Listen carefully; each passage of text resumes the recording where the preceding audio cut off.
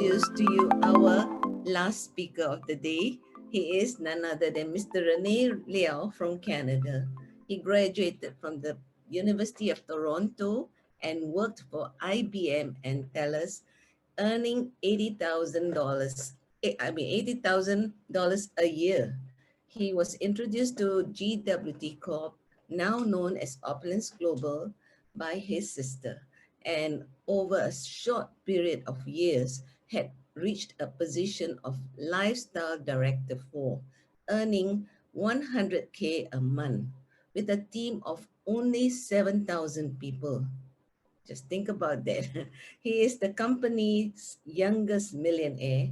He qualified for the luxury car program and drives a prepaid luxury car from the company, a 200,000 Tesla P90D. At present, his team comprises of over 24,000 people in over 110 countries around the world. He is residing in Canada with his wife Heidi and two young sons in a luxurious customized house. Rene is a dedicated trainer in opulence. He's always ready to help and support us. You know, I that amazed me whenever we send a WhatsApp to him. He never failed to reply and give us more than what we ask for. Thank you, Rene. And he is a Okay. founding member, shareholder, and sits on the company's CEO advisory board. He has received the highest award from the company, the President Cup Award, not once, but twice. So, ladies and gentlemen, may I present to you Mr. Rene Liao. Okay. Thank you so much, Pamela, for that kind introduction. I really do appreciate your volunteering to be, of course, our great host for today. I know that we just asked you, and you generously and graciously said yes. So appreciate you for your time as well. And just want to let you guys know that Rico, if you're still there, I guess the timing kind of moved a bit faster than I thought. And at 2:10, I have to change locations. So I was hoping that I can start off the approach training, but at 2:10, if I get lost for about it's about 10 minutes for me to go to this other location to help me fill in while I get repositioned again. Do you mind, Rico? Yes, Okay, definitely. Yes, no thanks for problem. always being on standby. So we come down to, of course, we have about two or three last topics for today, and the first one, of course, is approaching. And I find that for a lot of people, this can be sometimes a topic that some people are just naturally, perhaps they're more open, they're much more, they have certain connections with people and they have an easier time approaching. But at the same time, approaching warm market can be different than approaching your cold market, right? So I'm just kind of curious, on this call, it's a quick poll here, how many of you guys struggle in your approaches, right? If you do, send me your comments. Let me know. If you have some struggles there, you're trying to improve your approaching. And so, like, I'm always curious, right, to see how many people are having a tough time in approaching. And so, of course, even with approaching, there are many ways to approach the approach. Do you want to lead with the product approach? Do you want to lead with the business approach? So oftentimes, people always ask me, well, Renee, what's the best way to approach someone? What's the best way to talk to somebody? And if you have a paper and pen, I would definitely suggest this be the time to take some notes, because I think once you can learn to master the approach, meaning be really good at approaching to the point where everywhere you go, anyone that you talk to, you can approach really easily, or even online, social media, Facebook, Instagram, you learn how to master this one topic, you will see your check, your income go higher and higher and higher and higher. And again, the key thing that I want to remind you guys is have fun, right? It's all about having fun in this business. And I find that sometimes when we do approaching, people get quite serious. to the point where perhaps their expression is almost heavy and dampening. And so, anyway, we're going to talk about all these things here today in the approach training. And so, so I'm going to cover a few slides here and then move into pretty much where I do most of my approaching and how I approach it. But there are a few things I want to cover, of course, before we dive into that. So, um, first things first is approaching made simple. It's really just three simple steps if you think about the whole entire approach, okay? Three simple steps. The first step, always, always, if this can be done. And I say if because sometimes you might be in a situation where you don't have that much time to build like and trust. Perhaps you're going through a drive-through, you're buying a coffee, you're in a very quick momentary thing and you don't have time to go and again to do this step, so you might have to shorten the like and trust step. But the whole idea of building like and trust, if you can write this down, is to be likable. When you approach someone, just simply build like and trust, which means to become likable essentially. And so the second part would be to try to prepare their mindset, okay? And the third step would be just to use some sort of an approach script. So every approach, I pretty much do the same three things every single time I approach anybody, whether it's in a very sort of short time frame and I'm going through a drive-through, buying coffee, in a checkout line at a restaurant or at a grocery store, or if I have a lot of time, I'm at a barbecue, a family gathering, a networking event, I have more time, I always still try to build, again, like and trust. And so let's talk about that first, okay, like and trust part. And then the second step, of course, is to prepare their mindset. And you'll see what we mean by that, to prepare their mindset. And the third part is you always want to have a script ready, right? When it comes time to making that approach, there's different scripts you can use. There's a product script, there's going to become a business script, perhaps a tax savings script, perhaps there's a retirement script, different kinds of scripts you can use. And you will know which one to use. Here's the thing, you will know which one to use if you did the previous steps properly. If you built like and trust properly, and from Emoji's training, if you learned which personality type that person was, and in your conversation with them, you learn about them and you understand what kind of a person they are, then you would instantly know which kind of approach script to use. Okay, so and of course, the last step would be just to schedule the meeting, and that's kind of turned a little bit because back in the days we always did in-person meetings. Nowadays we have a lot of virtual stuff.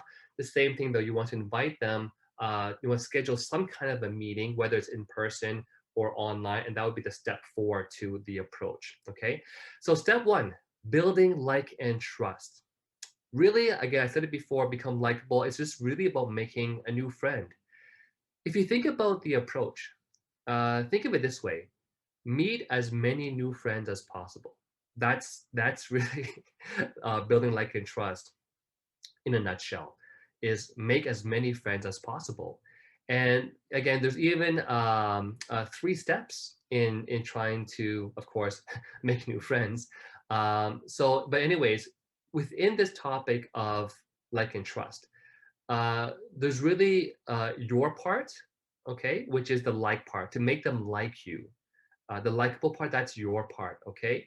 And the trust part is when you present, for example, more information about so really, like is about you, trust is about them, have them trust in you. But to do this, a great way to build like and trust is to use an acronym that we call FORM, which is family, occupation, recreation, and money. And so every conversation actually contains form.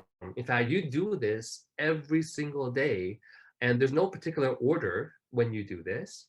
You might only focus on one topic, for example, family or recreation. Whatever, again, it becomes the topic of interest for your prospect, you want to keep talking about that. So if you're talking to someone and they love to travel, then talk about travel, right? Talk about, where do they want to go? So end of the day, though, 2/3 of the decision to do business with you is in this like and trust stage. And here's why, right? If someone doesn't like you, okay, do you think they will trust you to become partners with you in your business? If they don't even like you, do you think that they will even want to hear more from you, right? And so like is very, very important. But if they like you and they don't, so for example, they like you as a person, but for some reason, maybe they don't trust you as someone that can, be the right person to guide them in this business, or they feel like you have some different intentions. So they like you as a person, but they don't trust you. Will they do business with you? Still no. So we want to do our best to make sure we can have people like and trust us as much as possible. And again, there's ways to doing this. So on the next slide here, you can see that, again, the like and trust part is really your part here. And I always suggest to people to start the conversation right. Meaning, when you see someone or you call someone, did you know that the very first word that you say and how you say it can mean everything? For example, if I say, "Hi, Rico," that's completely different than me saying, "Hi, Rico," or "Hi, Rico." You know, like even the very first word that is uttered from the depths of your mouth, right? That actually has an impact on the receiving person, right? If you start, again, if you start with the upbeat, happy, cheerful, excited tone, people want to hear that. If you have a depressing, sad, hi, do you think people want to hear that? And how will you think it will impact the whole entire conversation? So when you're out there going about, going to buy your coffee, going to the bank, buying groceries, do you say hi to people, right? And so when I go pay for my stuff, I say hi. How's your day going? You always want to start things so that the littlest thing that begins can have a great impact. So now, when you say hi, do me a favor and please smile. Okay, I see some people when they say hi, their face is like, hi, and it's almost too serious, right? It's too like, almost feels very, very, very, very heavy. So when you smile, you instantly light up the conversation. And when you smile at someone, like, I don't see your faces except for Rico's, but if I say hi, right, if I'm smiling at you, naturally you want to smile back. So now it's kind of setting the right kind of atmosphere, right? A great way to start a conversation is to give a compliment. You could say, "Oh, I love your earrings. I love your shirt that you're wearing." Give a compliment because, again, do people like getting compliments? Of course we do, right? Do we get enough compliments? Usually not, unless you're like, I don't know, some supermodel or something. I don't know, but oftentimes we don't get enough compliments, right? So give them out, right? And it could be anything for that matter, right? So but give a compliment, say hi, and now you can use form. It's all about having a conversation. And typically, one question I always get from people is, well, Renee, do I focus on the product first in the approach, or do I focus on the business side, right? And I'm here to say that, you know, always lead in my personal suggestion. Okay, I can't tell you what to do. I can only tell you what works best for me. My personal suggestion: always lead with the product. And here's why, right? Because um, if you meet someone who is not about business, and you lead with the business and they haven't heard of the product, but you're leading with the business first, you might turn them off, right? I think there's a lot of people, who are also presenting different opportunities, and because they're really in a hurry to make money, they're just focusing on the opportunity. You don't want to sound like those other people, right? So that's one situation. Another reason why I always suggest to start with the product first is because you might actually meet someone who might be an MLMer and they love opportunities and they love the business. So you're thinking, wow, this person would be perfect for the opportunity. But for them to say yes to the opportunity, they still have to know what the product is, right? Just because they love MLM and they love the business doesn't mean they're going to sign up without knowing about the product, right? They're still going to ask you, well, what's the product that you're selling? So in my experience, the safe way to approach this is to always, always, always lead with the product first. Okay, but of course, that doesn't mean that you always have to do it. Um, in other words, in the approach, you might lead with someone, for example, with retirement. Hey, have you thought about retirement recently? So your whole approach as to why they should have a business is because they can't retire early enough. So in the approach, you might have different ways to lead into the conversation, but when they finally ask you, well, what do you have, right? So what do you have for me that can help me retire early? I would still lead it back to the product. I wouldn't just dive into, oh, we have a binary system, you bring in two people, wholesale profits, left, right, boom, boom. And I would never do that.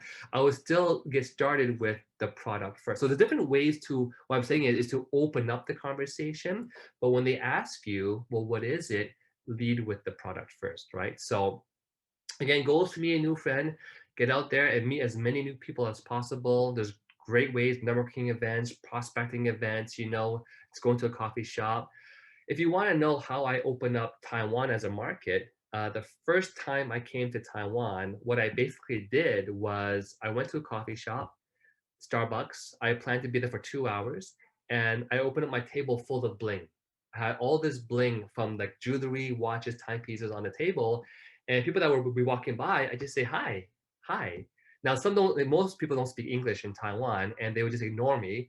But occasionally, I'd catch someone that would actually speak English, and one person that I started talking to, the girl beside me, her name was Jennifer, overheard my conversation. And when I was done that day, she approached me. And that's how I started off my Taiwan market, with one person that was listening to my conversation who I didn't know spoke English, right? So, anyways, in using form, the whole real key idea here is we have two ears and one mouth. So typically from ratios, we should be listening twice the amount that we are actually talking, right? So that's really the key here, is to ask questions and listen. Oftentimes people don't talk enough about themselves. So give them that chance to talk about themselves. And so, it's all about finding their itch, and so I guess the whole goal in using this like and trust, aside from having them to like you, is to find out what is their itch. What's the main thing that they actually want? Okay. And once you find that itch, you want to scratch it. In other words, you can't give someone a solution to a problem that they don't have. In other words, you always want to try to find out what is their itch, what's their problem. Once you find their problem, could be diabetes, could be blood pressure, then you can offer them the solution. So, Rico, I'm going to pause right here. And perhaps you can do me a quick favor and let people do a practice session of hearing perhaps how you can build like and trust with someone else. So I'm going to stop my share and turn over the host back to you for a second, Rico. Okay. And then I'll be back on. I'll be on the call. I have to move locations here, but I'll be back on a quick second. And so please help me take over. Thank you. Yes, thank you so much, Rene. And I believe that this is very, very important, especially Haley is saying here, I need to improve on how I approach people, especially with my warm market. Well, basically, that's one of the dilemmas of a lot of people, is because they still do not have the confidence to approach people, to talk to people. But I believe, now, before I proceed with the Rene's training, one of the most important thing is, again, the mindset. What is your mindset? Why do you want to approach people? Why do you want to share the product and the business to them? If your mindset is that you want to make profits out of them, then that's really something that you need to develop the confidence in. But if your mindset is that you have a solution that people can benefit from, an opportunity that you can help them with, then that's a different story. Okay? So very important is your mindset on why you will be sharing the product, while you will be sharing the opportunity to other people. Because if your mindset is right, then you'll develop that confidence. You'll be able to talk to people with care and with the heart to really help. No, because you have a solution in your hand and you just want to share it with them. Okay. So as the old adage says, people don't care how much you know until they know how much you care. So that is what like and trust is all about. Okay. making sure that these people understand that you have a sincere concern for them. Okay, and when they see that, then that's the time that they will be open to the things that you will be sharing with them. You know, people don't like to be hunted. I don't like to be hunted. I don't like someone approaching me and then ambushing me. Can you look at this organ? No, I don't like to be like that. I want to build relationship first, and when I trust the person, that's the time that I am open to what he's going to say. Okay, so what Rene is saying a while ago is you do not just lay down the information there without even building like and trust. And I believe that's very, very important. And I always admire, you know, being able to smile because that's the best way. That's the best way. That's the best way. You smile. Imagine walking in a street. Okay, have you seen people walking in the street and then smiling? Most of them, when they're walking on the street, they tend to be so serious. They tend to be, you know, especially if they have a lot of problems. You see them just walking without energy. But try this. I've also tried that. No, I was walking in one street in Manila, and because I've heard of this, and I just tried it. I just tried walking, smiling. And guess what? You know, when people see you smile, they also smile. That's the great thing. You know, that's how powerful the smile is. And of course, when you do that, when you're walking and you're smiling, it gives you more energy. It gives you a better attitude. Okay, so that's very, very important, and that's how you can build, of course, open up the conversation, because people want to be affiliated with happy people. Okay, they don't want to be affiliated with, you know, very serious type, very professional type. And of course, as I've said earlier, it can be rusty at first when you do your approach, especially if you are still gaining confidence. But again, as Maria Batista said a while ago, practice makes perfect. Practice is the repetition is the mother of all learning. Okay, the more you do it, the more it becomes natural to you. Okay, so if you just smile, yes, definitely, definitely, smile is very contagious. Okay, so let me just put up my screen here so I can resume to where Rene took off. Okay, so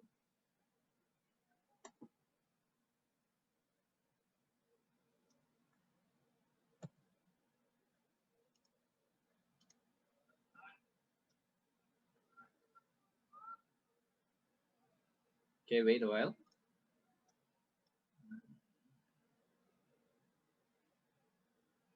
Where is that? Okay, there you go.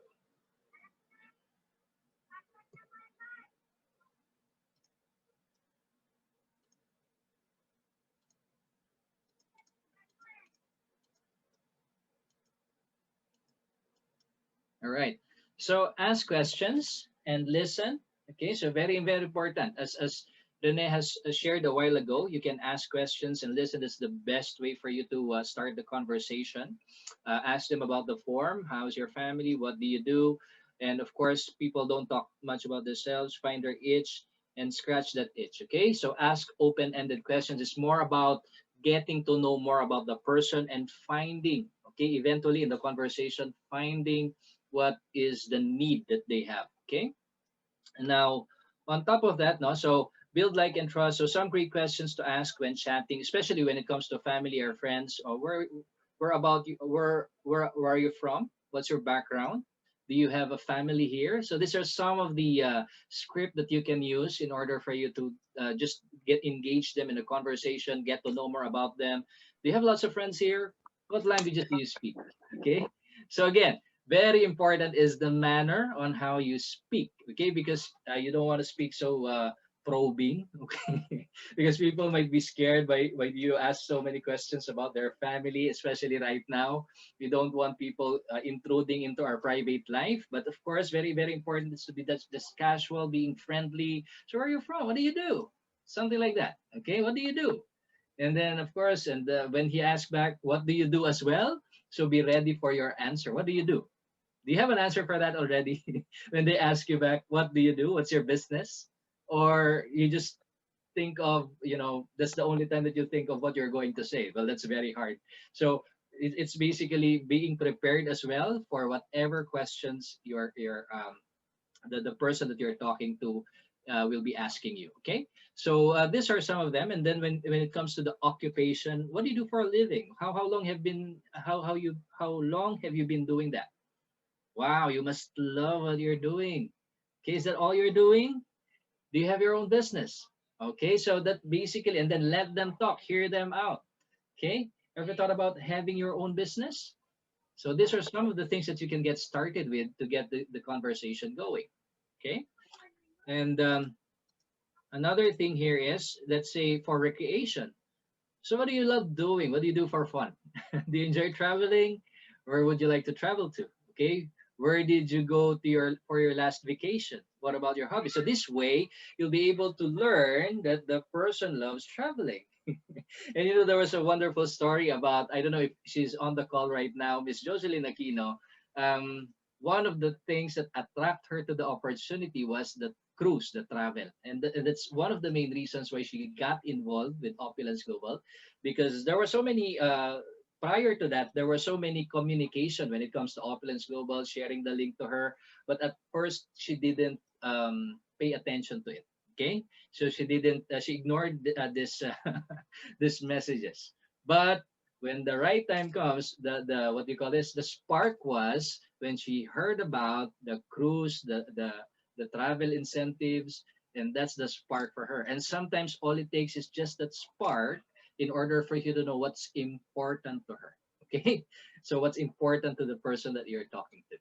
So that's one thing. That's the reason why we keep on asking questions to determine what is important to her, or to the person that you are talking to. Okay, so one of them is recreation. And of course, money. Ever thought about retirement? What age would you want to retire at? Okay, how much would you want in the bank when you retire? Could you use more money in your life? If money and time wasn't an issue, what would you do? Okay.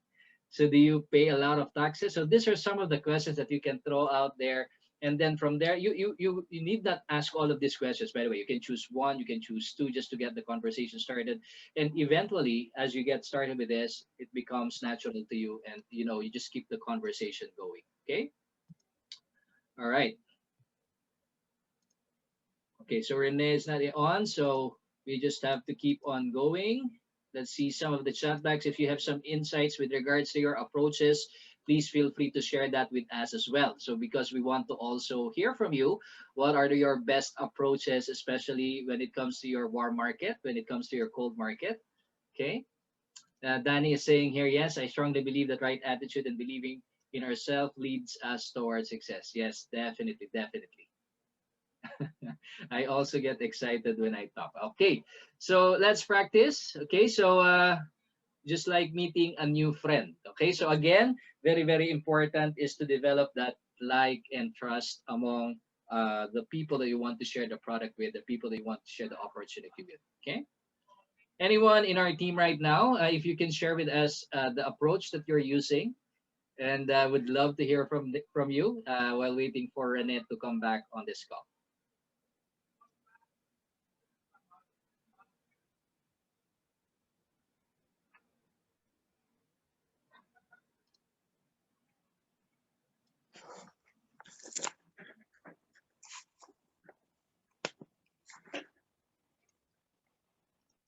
Okay. Okay, so if there are none, then let's just proceed. Okay. So again, mindset is everything. Okay, right mindset, everything goes right. Wrong mindset, everything goes wrong. Okay, so very important. Know your objective and why you're sharing the opportunity. Okay.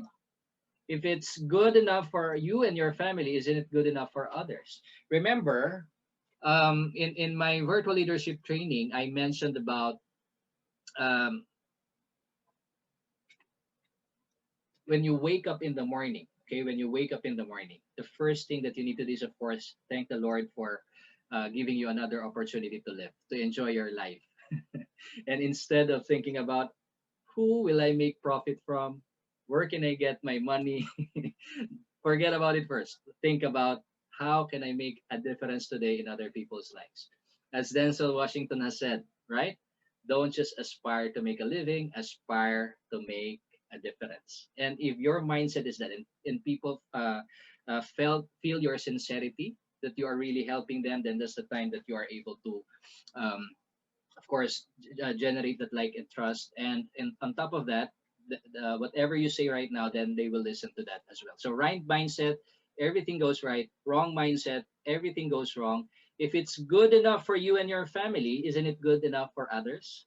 So as I always share, we are in the business of sharing the opportunity. We're not in the business of convincing people. We're not in the business of begging to people. If the opportunity, if the product, you prove it in yourself, it's good for you, it's beneficial for you, then be kind and generous enough to share it with them. And that's the mindset. Whenever you share this product to other people and they say no, well, it's okay. Don't get too personal, okay? It's okay. Remember, you are sharing a solution, something that would benefit to them, and if they don't like it, then it's not your problem. Okay, so that's the mindset. So all you have to do is to find the next one. Okay, find the next one. Okay, give enough people what they want and you will eventually get what you want. You're not here to get money from people. Don't look at people as dollar signs. Sometimes we just start too excited about the opportunity, too excited about the lifelong residual income, that the moment you see some people, wow, you see the dollar sign on their faces. So don't be like that, okay? So instead, think about, how can I make an impact to this person? How can I help her or him with the opportunity, with the product that I have? So you're here to help everyone by sharing with them an incredible, actually this slide is not yet updated, an incredible opportunity that we have here in Opulence Global. Okay. All right. So do we have Rene back here yet? Oh, no, not yet. Okay. So moving forward, okay, be the messenger, not the message. Do you hate selling? Try sharing. Of course, as I've said earlier, we're here to share with them our solutions. We're here to share with them an opportunity. What do you do when you watch an amazing movie? What do you do when you watch an amazing movie? You tell the story, right? So that's just about what our business is all about. We're just sharing to them an amazing opportunity, an amazing product that we have experienced. What do you want to do when you eat at a great restaurant? What do you do when you find a great deal on something? What would you do if you opened up a restaurant, a retail store, or a coffee shop? Okay? So you keep on telling, you keep on sharing your story. Okay? You share something that you are very passionate about. Okay? So that's one of the things that you should have that mindset. So be the messenger, not the message. Okay, so I think Rene is back online. I hope that let me just check the Yes, participants. yes. Thank you, Rico. So you probably see I have a different background all of a sudden. So it's great to be back again. Thank you for being able to cover me off there. So let me just switch back to my slides here. Okay, So I made you the host now, Rene. Actually, wonderful. Rene, Thank I just you. to catch you up. We already talked about, of course, the mindset, the training, the mindset of how you approach people. That you are here to share. You are not here to sell them.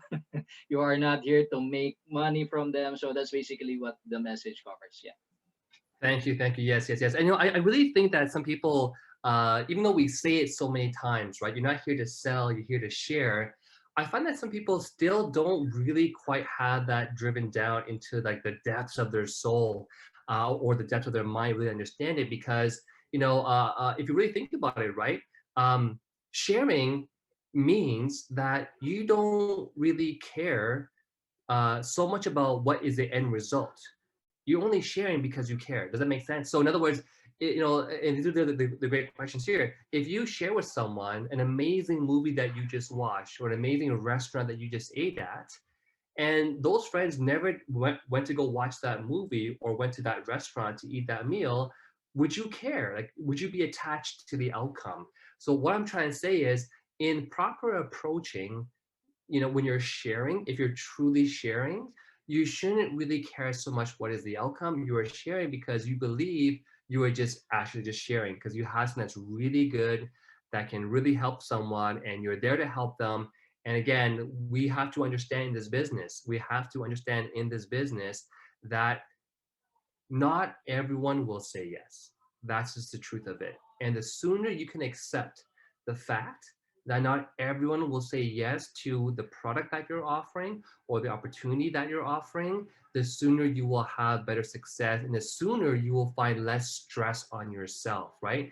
How many of you folks here, just raise your hands or type in the message box here, have you ever approached someone that was like a family or friend that you really thought, would be there to buy a bottle from you or to give it a try, and yet they completely rejected you? And how did you feel, right? How many of you have gone through that? I've been through that. I've had people that I thought, hey, they're my family, they're my friends. The moment I share this product, they're going to support me. They're going to buy a product. They're going to, say, congratulations to you, Renee. And yet, in the end, they not only perhaps do they not buy from you, but they might have a negative comment. They might say this or that. They might say, "Oh, it's one of those things," or "Oh, or this is not a miracle product." Like again, and maybe as Awada just said, you attack badly. I've been there before, guys. I've been there before, right? There's like a million different possible objections someone can give to you. But my question for you again is this: if you're truly just approaching to share, why are you so offended regardless of their response, right? So in other words, when I do my approach, I have learned to tailor my mind to the point where it doesn't bother me if they say no. In fact, I almost sometimes kind of expect to get a no. And sometimes this can go really deep, right, guys? It might make you start thinking, who are your real friends out there? And what kind of a friend do you want to be to your friends? You know, I mean, so many times when people, it's funny. I've always been in direct sales for the last 20 years. So typically, I'm the first one to bring something to my friends. And it's funny because they might say no, but you know what happens? Well, in the future, at some point in time, they end up getting into sales themselves, and now they want to sell me something in return.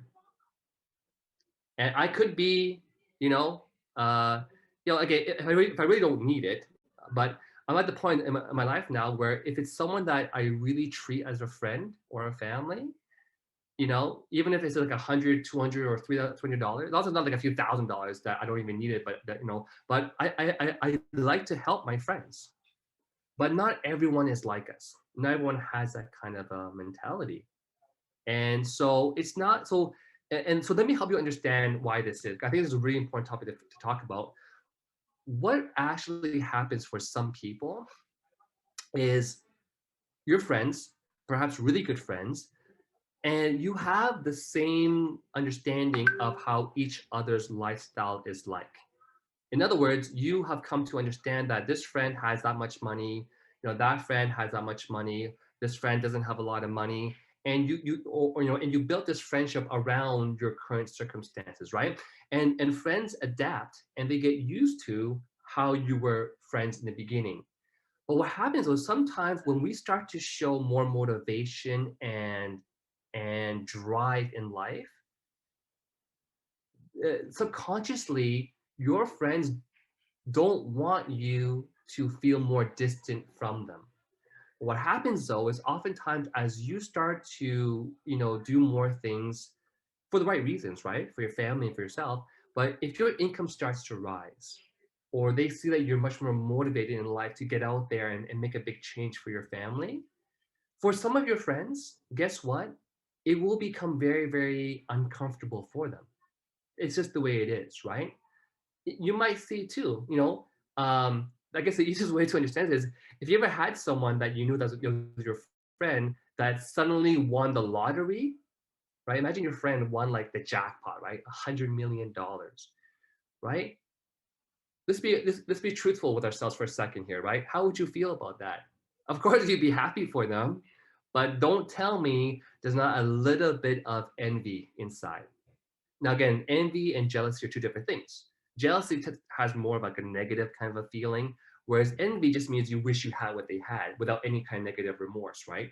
But um, honestly, right, how would you feel, right? You'd feel a little bit envious, right? So it's natural. So what I'm trying to say is sometimes when we start to do bigger things for ourselves, some of our friends, some of our families just aren't able to handle us becoming more distant from them, or they feel like we're getting more distance from them, but we're not. But on the other hand, you also will have some friends that are just actually jealous of you. They're actually jealous of you. Like you might be envious or jealous of other people. Same thing, right? It really boils down to this. If you want to be good at the approach section, you want to be good at the approach section, just honestly 100% be out there to share, which means you are not going to be attached to the outcome of you sharing. Does that make sense, folks? Okay, if it makes sense, say it makes sense in the group chat, please. So I know that you guys aren't like falling asleep during this training and that you guys are actually hearing the training. Okay, right, for me it makes sense. All right, so um anyways, I'm going to actually pause my screen here because this approach training a long time ago was done mostly for the focus of the business side. But I want to share with you. And again, thank you for your comments, guys. I see everyone saying it makes sense, it makes sense, it makes sense. Thank you so much. And so I want to teach you guys right now how I approach so many people. And so first and foremost, in the approach, which means as you're going out there, whether you're going out into the marketplace, lockdown is ending in a lot of countries. It might be starting in a few other countries, but in general, I always break down my approach into two different ways. All right. One approach is where I don't have a lot of time. The other approach is when I have more time.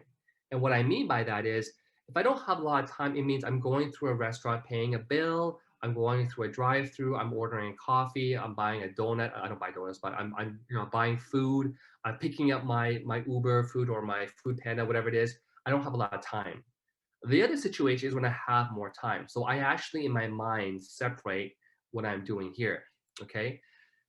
And if you have more time, definitely spend more time building the like and trust, which of course Rico and myself just covered, which is asking questions, right, about them, right? Asking those questions to learn more about them. Because, but let's now focus again on the first one, which is where you don't have a lot of time. How do you approach people? And the one important thing when it comes to proper approaches, you always must be prepared. You must always be prepared. Let me ask you guys one question. What do you think you should have on you at all times when you are doing an approach? Okay, so let's say you're in a restaurant, you're going out, you're picking up food, you're buying coffee. What do you think you should always, always, always have with you during the approach? Let me see your responses here. Okay, I'm starting to see some responses here. I'm seeing brochure. I'm seeing the FOL bottle and the flyer. I'm seeing brochure. I'm seeing prints and links. I'm seeing FOL bottle, brochure from Healthy. Okay, FOL brochure, business card. Okay. I love this interaction. Today is supposed to be a training. It's a very interactive training. It's not about us talking the whole time. It's about you using your brains too to think about how to do this, right? All right. For me, and pretty much I think it's the same for you, there's at least three main things that you want to make sure you always have on you all the time. Okay, three main things, all right? And yes, you've already said it. Number one, first thing to have with you always is what? Is this. Someone wrote business card. Someone wrote business card, but guess what? This, to me, a business card might get thrown away. In fact, I'll ask you, how many times have you thrown away a business card? I'm sure you've gotten thousands of business cards in your lifetime. Do you keep them? Do you store them? No. What do you do with them usually? You throw it away, right? So this, because it's so beautiful, right? And it's so well done. It's glossy, right? People don't typically throw away brochures because they know it's valued more. It's kind of funny how that works. But at the back of this thing, at the back, you're supposed to put your information here, right?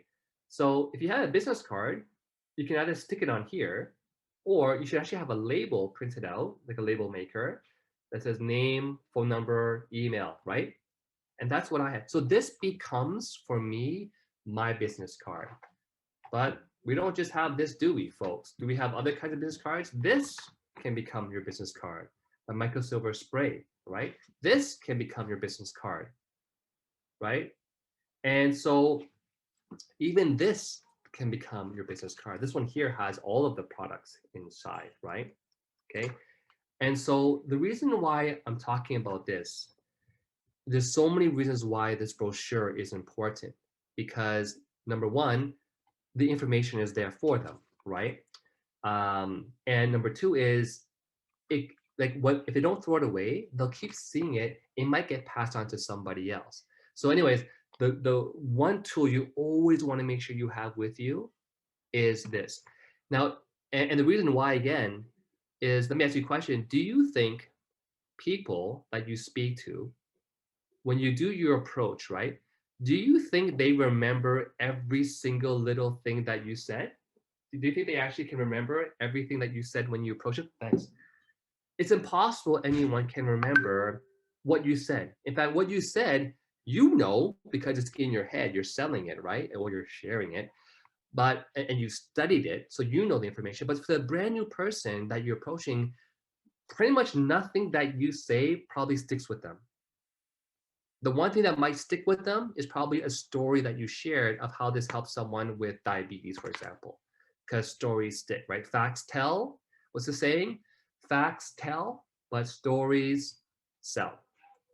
All right. So, but the whole point of that quote is that it's the stories that remain in their minds. So this is a great way for them to remember what you actually talked about.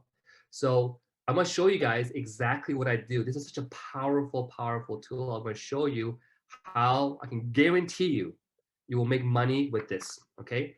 The second thing you had to have with you guys, you mentioned it before. What was it? I'm just going to my bag here because I moved locations. You have to have, boom, you've got to have the FOL bottle on you. Now, this is the Taiwan version. It's in Chinese, but yours will probably be in English, right? But question, why should we have, it's really an obvious question, but why should we have the Fountain of Life bottle with us? Type your answers in. Why would you have a bottle of FOL for you? Is it for you to take while you're on the road? Right? I mean, well, you should have your own on the road anyways. But I'm talking about a brand new bottle, sealed, not open. Why should you have one with you guys? What's your answers? Why should we carry Fountain of Life? Yeah, because they might want to buy, right? They might want to buy.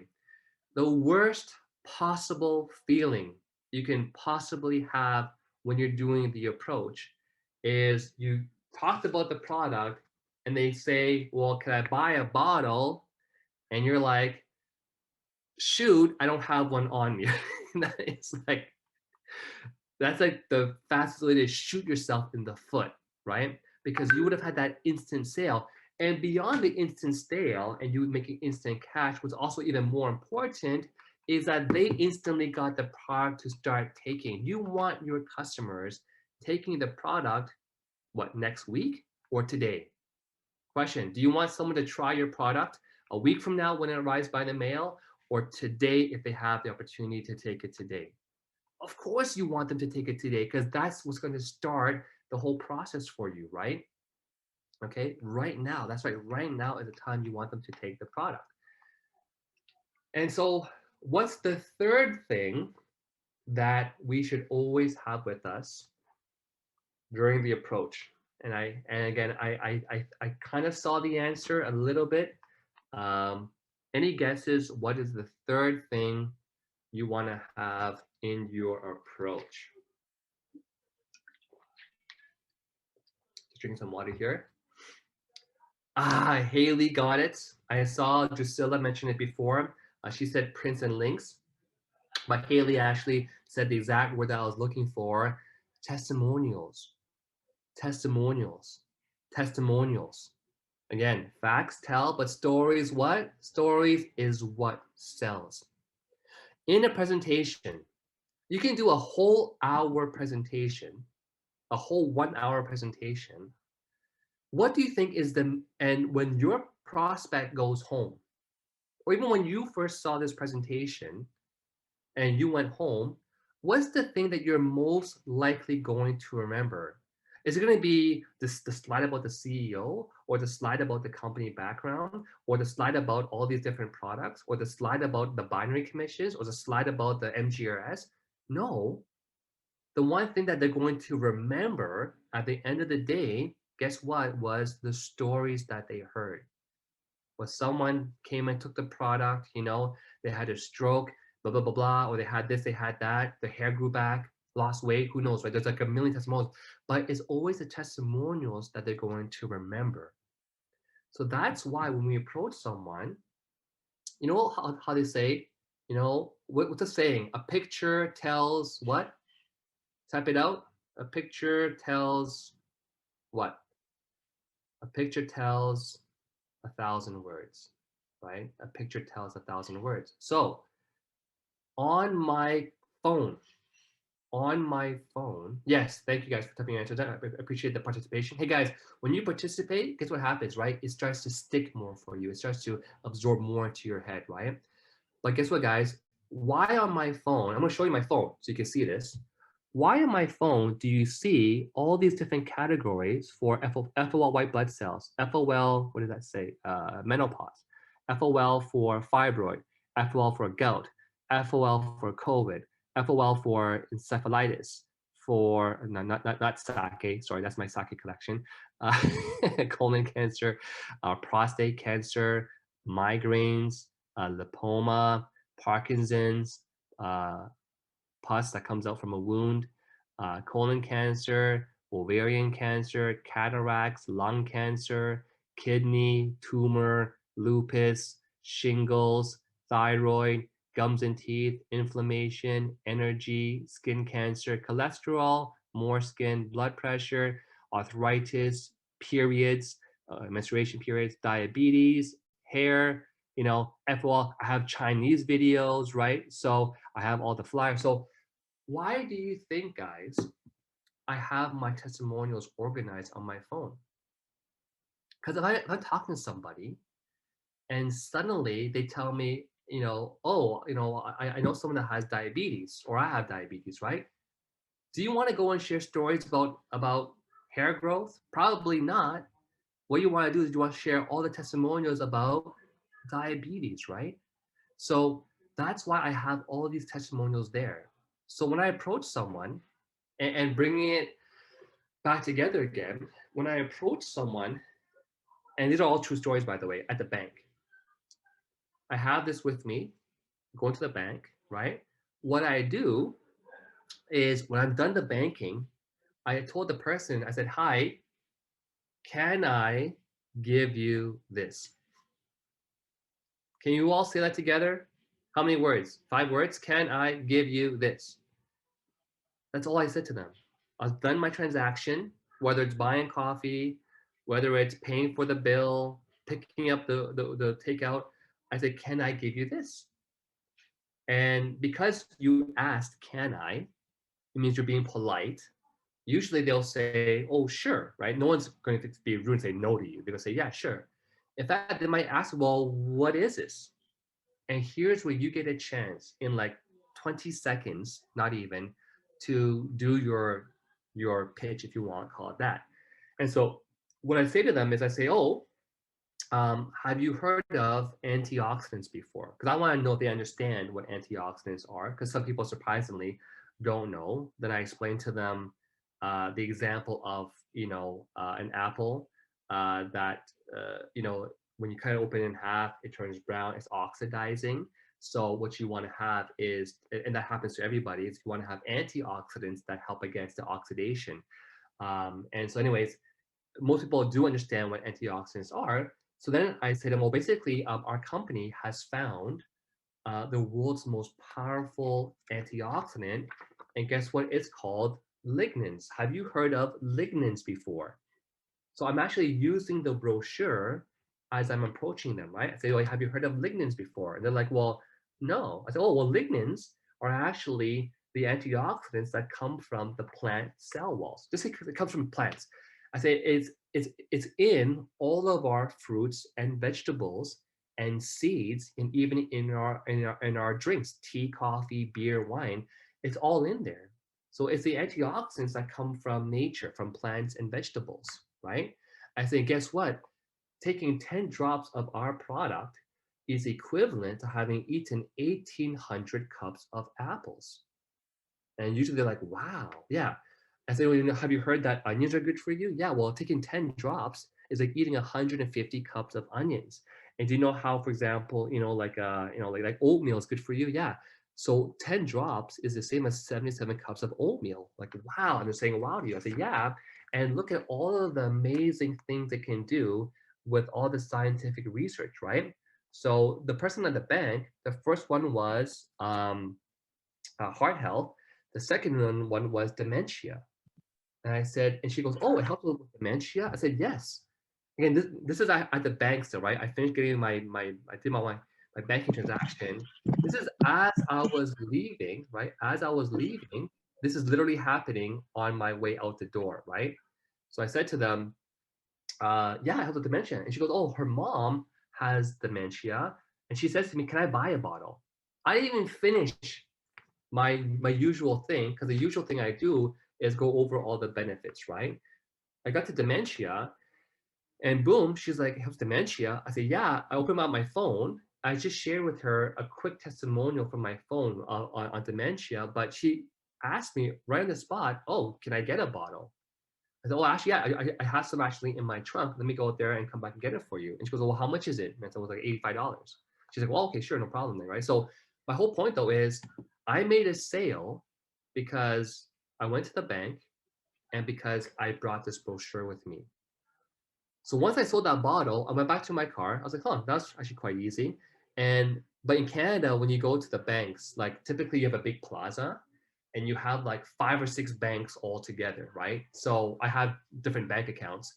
So I said, huh, maybe I should go to another bank and just do it again for fun.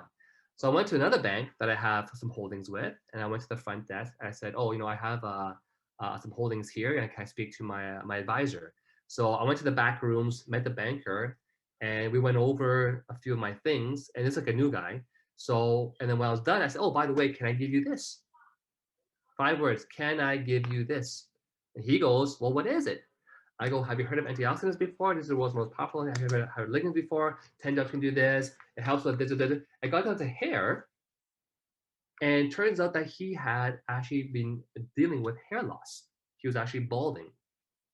I said, this is fantastic out here. Let me show you what happened to my hair. I had all these testimonials on my phone. And guess what? He goes, well, how much is the bottle? And sometimes I'm actually proactive. I even might say, oh, by the way, this is actually really affordable. Compared to Rogaine and all those other hair products and like those pills that they take, it's like $200 a month. One bottle is like $85 or whatever it is in your own country, right? He goes, oh, can I get 2 bottles to try? I'm like, yeah, I have it actually in my bag. And so my whole point though is tools do a lot of the talking for you. They really do. And if you want to be proficient, efficient, effective in this business, you have to use tools. You have to invest in the tools. Oh, but Renee, it costs money for these things. Yes. So for 100 pieces of this, 100 pieces of this catalog, it costs $30. Okay, $30. Let's think carefully here. If you were to hand out 100 of these brochures, do you think you would sell at least one bottle? Right? If you handed out 100 of these, so again, my goal for you or your goal for yourself is to get out there and physically hand out 100 of these brochures. Get out there. 100%, guarantee. If you did that, you would at least sell a lot of bottles, at least one, and the profit that you make from that one bottle sale will be like $40. You just paid for the 30 pieces of this.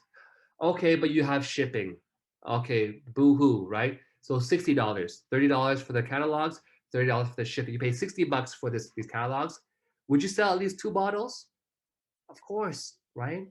In fact, you might sell 12 bottles. You might sell 50 bottles. You might sell 100 bottles. The whole point though is, does every business in the world out there, do they spend money on marketing? Of course they do. Billboards, commercials, right? This is the most effective marketing that we have in our company, is actually the brochures combined with the testimonials on your phone. And of course, you better have this available with you to sell on the spot. All right. So that's what I did. I've done this countless times, buying takeout at the bank, at the Starbucks, and I've constantly done this. Now, the whole key though, when you do the approach, okay, I've done it buying pizza, by the way, is when you do this, the whole key is to try to get their contact information so you can follow up with them when you're done, right? Okay, does that make sense, folks? Are you guys still with me? Like, if you're still with me, say I'm with you, because I don't know, I don't, unlike the real boot camps, I can see your faces. You're probably laughing or crying. I don't know, but okay, yes, we are still here. Good. Okay, you're there. Thank you, thank you. So the last part to conclude this approach part is to get the contact information. So what I do, and the best way to do this, in my opinion, is I tell them, by the way, and this is regardless of whether they bought it from you or they didn't buy from you, you still want to do this step. So by the way, yeah, in fact, I can actually send you this PDF of all of our incredible testimonials, or a small collection of our testimonials, and some research on this product. Can I actually send it to you via WhatsApp or Line or WeChat or whatever that you use, right? But back in the days, it's funny. I grew up in the time frame of MLM where it was sometimes weird to try to get someone's phone number or their email. But nowadays, it's the world has changed, right? Everyone is used to using WhatsApp to communicate. And so I always ask people, can I send you via WhatsApp? Or can I send to your WhatsApp all of our amazing small collection of testimonials, and also some more research and the brochure? Sure, yeah, go ahead. So you always want to ask that question, because that way you can get their phone number.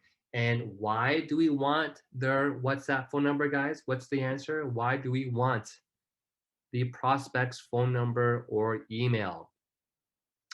Is it to store it in our collection and never look at it again? Ah, the follow-up, the follow-up, the follow-up. How many of us here do proper follow-ups? How many of us here actually capture people's information and actually check up on them in a day, in 2 days, in 4 days? How many of us have perhaps forgotten every customer we've ever sold a bottle to? Have you tracked every person you've talked to? Have you tracked every customer? And if you do, another question, do you still constantly send new testimonials to those old customers? Do we still send new testimonials to all of the prospects and customers that we ever had? And I'm glad to see a few yeses. That's great. But I also know that a lot of people on this call, you're probably not having success, or as much success as you could have, because you forgot who you talked to. You forgot some of the customers you sold bottles to, or you're not sending newest testimonials to those previous customers. Now, question, right? Why do you want to send new testimonials to all of your existing customers? Why? They're already on the product. They already, saw the presentation. They already saw the product. They're already buying your product. Why would you want to send more testimonials to your old customers or even prospects. Why? Hmm. Oh, I love these answers here. Repeat sales to get referrals. Yeah, referrals. They may know someone having the same problem. Referrals. Yeah. Because maybe your customer bought this product because they had diabetes. But after you, oh, I love Narisa's answer to make them feel important. Yeah, that you still think about them, right? The like and trust. Like and trust does not end after they buy their first bottle. Like and trust must continue even after they become your customers, right? I mean, keep maintaining, right? Every large organization understands it's easier to keep a customer than to try to find a new one. If you have a customer, just treat them well. They'll keep being your customers for a long, long time. It's a lot cheaper to do that than trying to acquire a new customer. But let's say your customer bought the product because they were dealing with diabetes.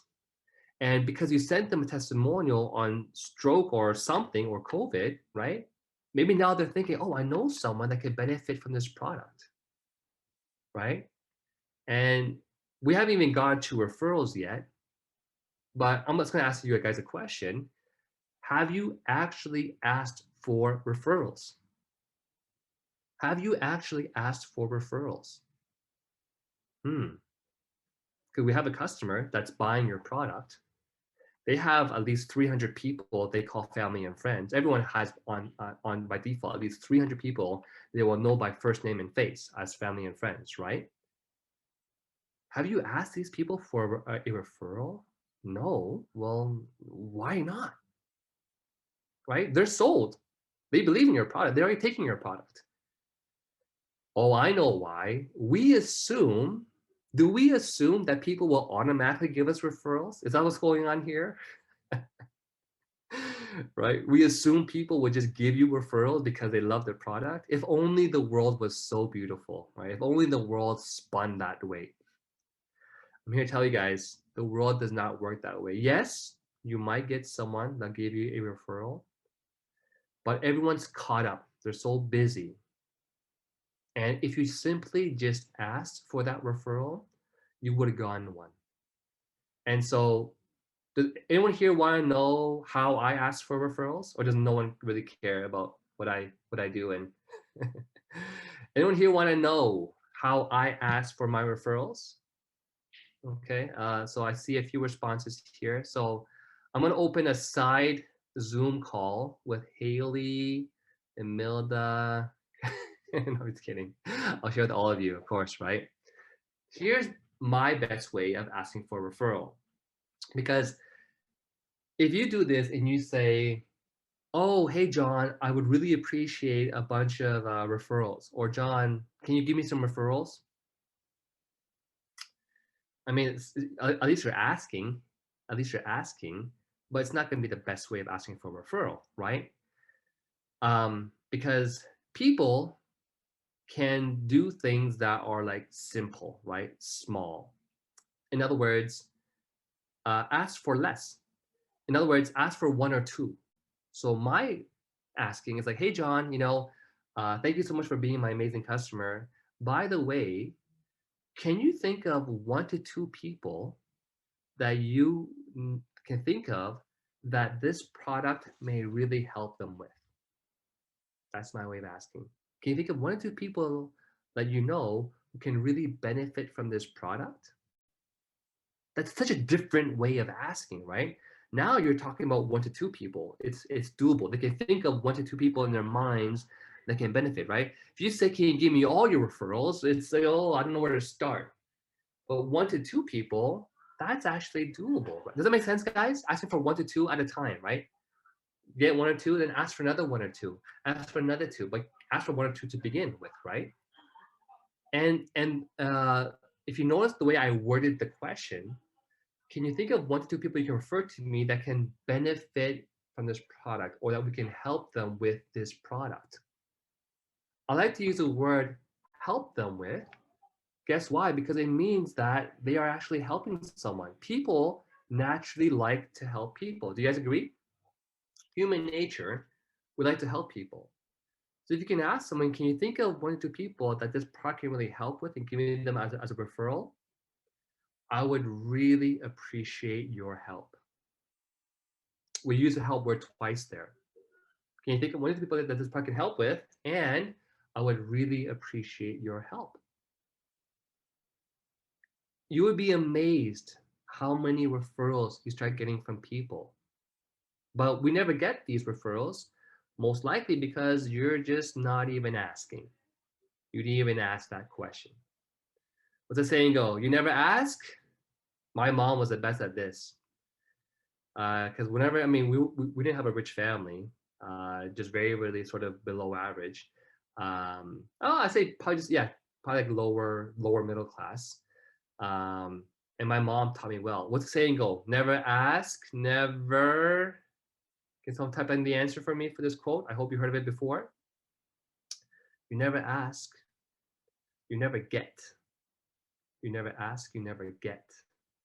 And I learned this from my mom when I was young because whenever we were to go out there and buy anything, I'm talking about the grocery store where the price of meat is fixed.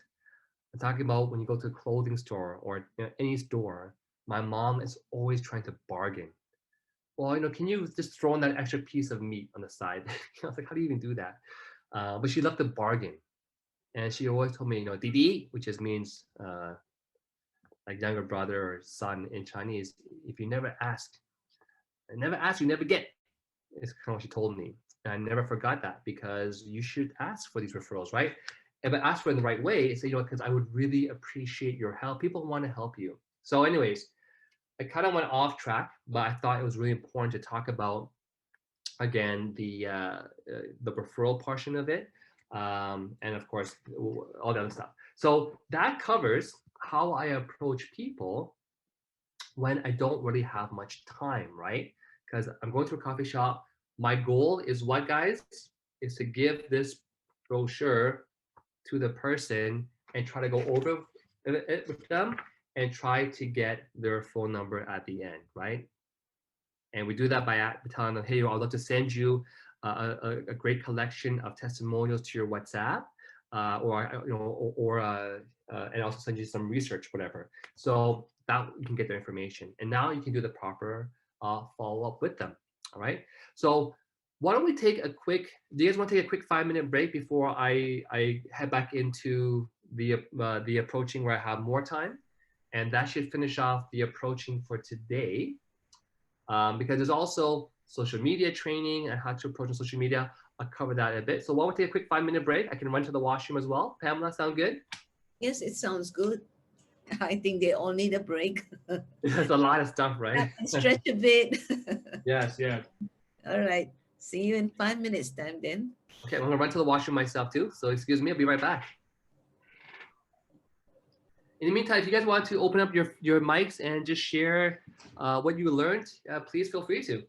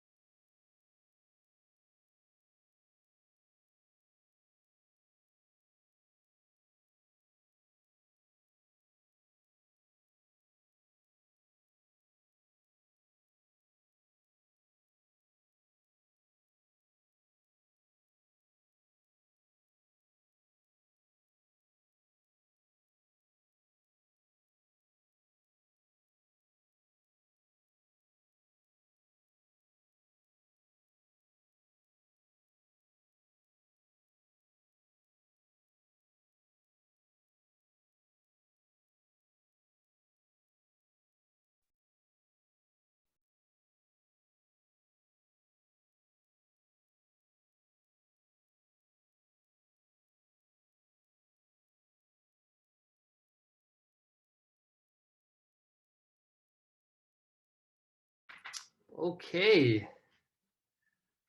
So hope everyone's still there. Did the 5 minutes already pass, Pamela? I think so.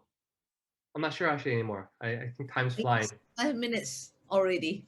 Okay, wonderful, wonderful. All right. Everyone doing good? You're doing good? Say I'm doing good. Doing good. Doing good. Okay, we got one person doing good. Everyone else is hey, Alvin Chan's doing good. Emily's doing good. Doing good. Yep. Everyone's doing good. Okay. Ready to go. It's like my third coffee today. Oh, second coffee, yeah. Second. So, all right, good to go. And by the way, I want to say, guys, thank you so much for being with us here on this Saturday. I know you could be doing a barbecue. Maybe you could be out there, right, on the streets catching COVID, having fun doing that. I'm just kidding. But I do appreciate you guys being here with me today and taking time to invest into you. Because again, these training guys, by the way, when I was younger, I actually spent so much money attending trainings. Like I went I would fly from Toronto to like all these different states in the USA to attend these like motivational speaker trainings and network marketing training and I've gathered all this information over the past years and all the other top leaders in the company, and we're actually teaching you the things that we had to spend money on to learn. So the one thing I love about Opulence is this training that is literally worth millions of dollars. Literally, it's worth $1 million. You're getting it for free. But of course, you have to make the time to be here. So we appreciate that. But just hope you guys just realize, how much value that you're getting here at Opulence Global. So back to the approaching now. And we talked about, again, when you're doing the quick approaches. So yeah, typically when you do the approach, when you don't have a lot of time, we just covered that. It's pretty much the same thing as when you have more time, with one main difference. And that main difference is you really, if you're at a barbecue, for example, you're at a family gathering, you're at an outing with people, typically, you have more time with them, for example, one whole evening, right? Then you want to focus in the beginning on that like and trust and just building up the bond, right?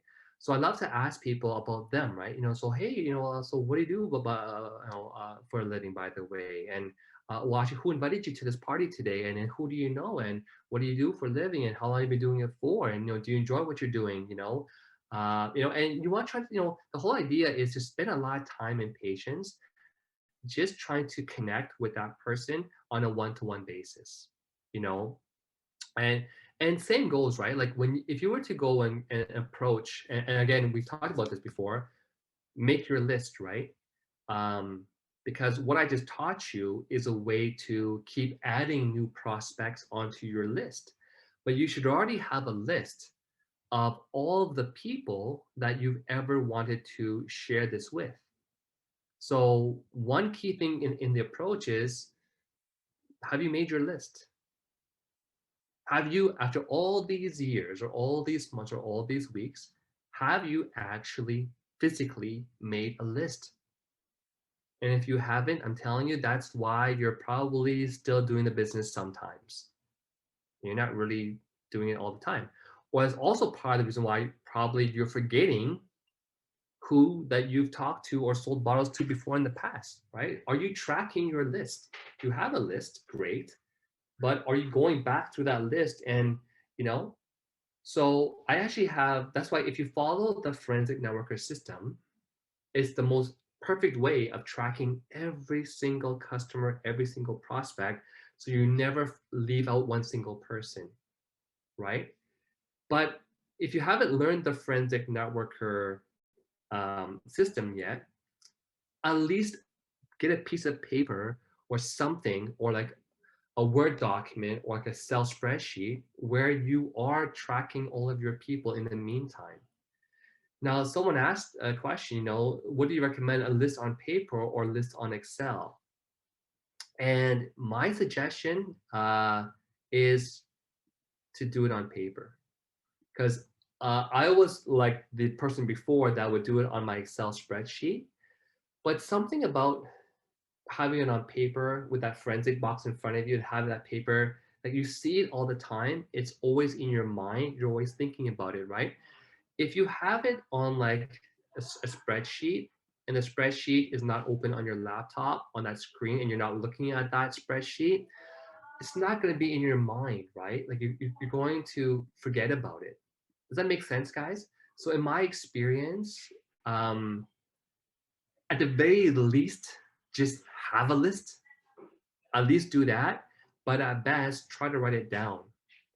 And what you should also be doing, and the reason why the forensic networker takes the list to a whole new level is because it's also allowing you to make notes of that particular person.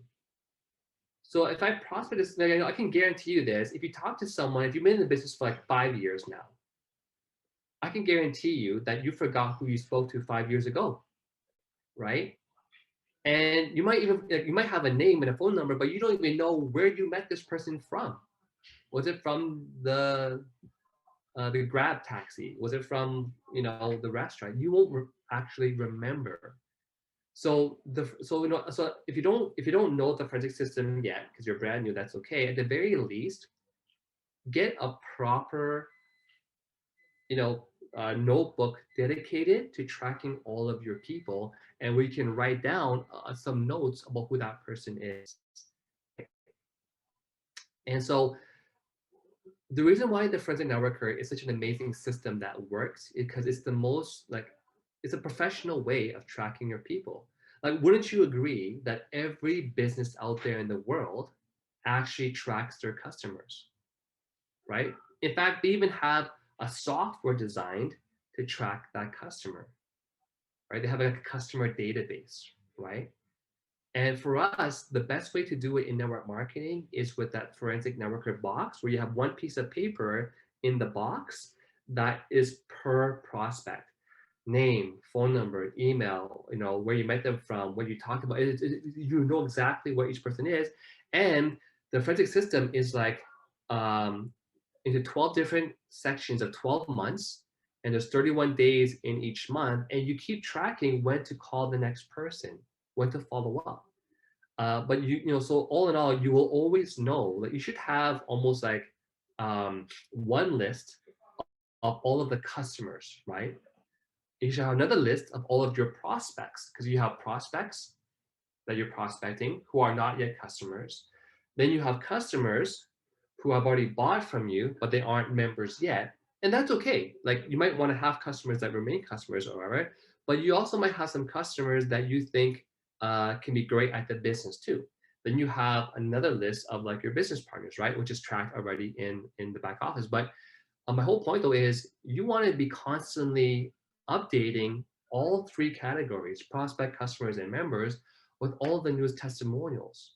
Now, if you're in a group chat, you probably would have seen it, right? We're constantly posting as much new testimonials as we're getting for you guys to see. But you should just look at it and be like, oh, that's great. Hey, awesome. We got a new testimonial. You shouldn't stop there. You should be taking those testimonials and then doing, why do we send it to you? Because we hope that you can go and pass that along to all of your prospects, customers, and other members. Because the reality is this, right? Do you think that everyone checks the group chats, right? I mean, we have so many group chats that we told everyone we have this amazing training today, right? And I wouldn't be surprised if some people never even saw that message because maybe they don't check their group messages, right? But I can guarantee you this: if you were to send them the link to today's training directly to their WhatsApp or their Messenger, or you sent the testimonial directly, like as a personal message to those people, I'm pretty sure they'll see it. I'm almost guaranteeing that they actually will see it. You'll see red, right? So, and we can tell, right? In group chat, we can swipe to the left to see how many people saw the messages. So we know who's checking it, who's not checking it. So my whole point though is that by you taking these and sending it directly to your customers, it's the most effective way. Does it take time to do it? Yeah. But again, if it guarantees you that customer to be on your product for the next year, or guarantees you that this customer might give you more referrals, is it worth it? Of course it is, right? And so, I did the exact same training for the Chinese team in Chinese, and they all understood how powerful that this whole process was, right? So, anyways, again, got a little bit off topic there, but the whole thing though was to make that list, and the whole point of what I'm teaching today in the approaching is to keep adding names to that list, right? The list of customers, the list uh, of prospects, the list of current business members, right? And some people make the mistake. They think, oh, well, if someone's already in the business, then I don't need to send them this photo because I assume that they're going to see it in the group chats, right? The reality is the members that we have in the company, some are actually doing the business, but do you think all of them are doing the business? No, because we have some people that go into the business only because they want to access the actual discounts. Maybe buy and sell a little bit here and there. They're not as fully, I guess, driven as me and you might be on this call. So just because someone's in the business doesn't mean that yes, they should be independent. But to me, a lot of members are still just customers who signed up as members to get the wholesale access. So those people treat them like they're customers still because they're not doing anything, right? And you still want to send them all these testimonials and stuff as well too. So back to that example. So you just spend time building like and trust, and eventually, at some point in time, they will ask you at some point in time, well, what do you do? Because typically when you ask a lot of questions, you build that like and trust, they start to like you, you're joking around, you're heating, you're hawing, right? And eventually they might say, oh, but by the way, what do you do for a living? Let me even have asked you that in the very beginning of your conversation, right? And here's where again, what you don't want to say is, well, I'm in a MLM company and we built 2 legs, get paid to infinity. Like, no, don't do that, right? What's the best way to approach someone? They ask you, what do you do for a living, right? Well, if you have a job, say that. Well, I'm a programmer at Telus, but I also have my own business. Oh, what's your business? They'll ask you, like, well, what's your business, right? And you go, oh, well, basically, and it's where you ask questions, right? Have you heard of antioxidants before? The exact same thing I said when I was going through the brochure. I'm just saying it verbally now, right? So have you heard of antioxidants before? Oh, well, yeah. Well, basically, our company, our scientists in Finland, have found the world's most powerful source of antioxidants. It comes from lignans. Have you heard of lignans before? No. Well, lignans are again the antioxidants that come from our fruits and our vegetables, right? And our seeds and our drinks. And yeah, so actually, so our product, when you take 10 drops of this, it's called Fountain of Life. It's like eating 1,800 cups of apples of antioxidant. It's the world's most, wow, it's the most powerful thing. Yeah, and it's great for so many different health benefits. In fact, do you have any particular health challenges or health concerns amongst you or your family? That is the opening question that I love to ask people. So then, do you have any health concerns, or do you and your family have any health concerns, or things that you are trying to improve upon for your health? Right? Some might say no, but you can give examples, right? Well, do you know anyone that has diabetes or high sugar, high cholesterol, high blood pressure, had stroke? You can keep asking, right? Eventually, and most likely, they'll tell you of a few things.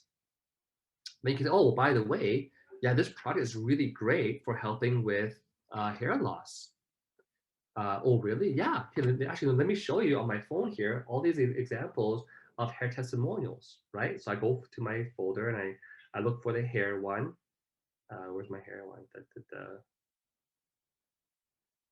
go here. Blood cells. Anyways, yeah. So my whole point though is you open up all your hair testimonials. It's actually should be alphabetical, but it's not. Here, hair, and you show them all your hair testimonials, right, before and after. Like, wow, yeah. I say, yeah, this actually it's one product that's everything, yet it's actually really really affordable, and it helps with so many different things. You know what I mean? And so basically, that's what I do in my approaches with people. And guess what, right? They're seeing all these testimonials, they're getting excited, but that's what I do, step by step by step by step. And eventually what happens is they end up, becoming more intrigued about it. They might ask, a few more questions, for example, right? But overall, I've now done my job. I've done the proper thing, which is the approach steps, right? I had the tools ready. So even at these barbecues or events, right, you always want to make sure you have some catalogs with you on hand. Maybe leave it in the car. Maybe have one like in your if you have a purse, or if you're a guy, maybe put it down your pants. I'm just kidding. No, don't do that. Be like, hey, I have a brochure for you, right? No, just have one, I guess, in the car with you somewhere, or in your backpack or your bag if you have one, and have the bottles with you. But that is how I do my approaching. And so I have a question here. Please share those testimonials you have on. Oh, okay. So if you don't have the testimonials, again, the best way to do this is you have to make your own collection, right? Where do you get these testimonials? Where's the two places right now you can get almost every testimonial that I have on my phone? Where do I get them from, right? Can anyone tell me here, where can we get all of these testimonials from? Yes, thank you, Haley. The Fountain of Life official Facebook page. I'm going to show you guys on my computer how to go and do this. I'm going to show you guys. Okay, so I'm going to share my screen again. So here we have the app. I'm going to go to Facebook. And I hope that all of you are in the Fountain of Life official Facebook page. On the left is your shortcuts you can make. And so here's FOL official. Now, to show you guys, you might not know this, but in this page here, if I want to make a collection of testimonials, you see at the very top, there's a search bar. Now, I'm going to show it to you two ways, one on the computer and one on the app. So here's my app, okay? At the bottom here, you see where it says groups, right? You click on groups,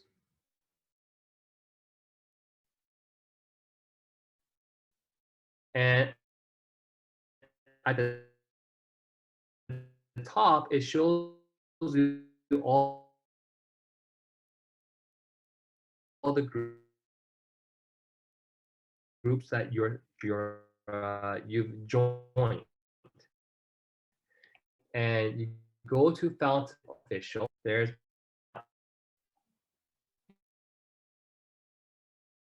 you, you see search bar. Click this. You see here it says search in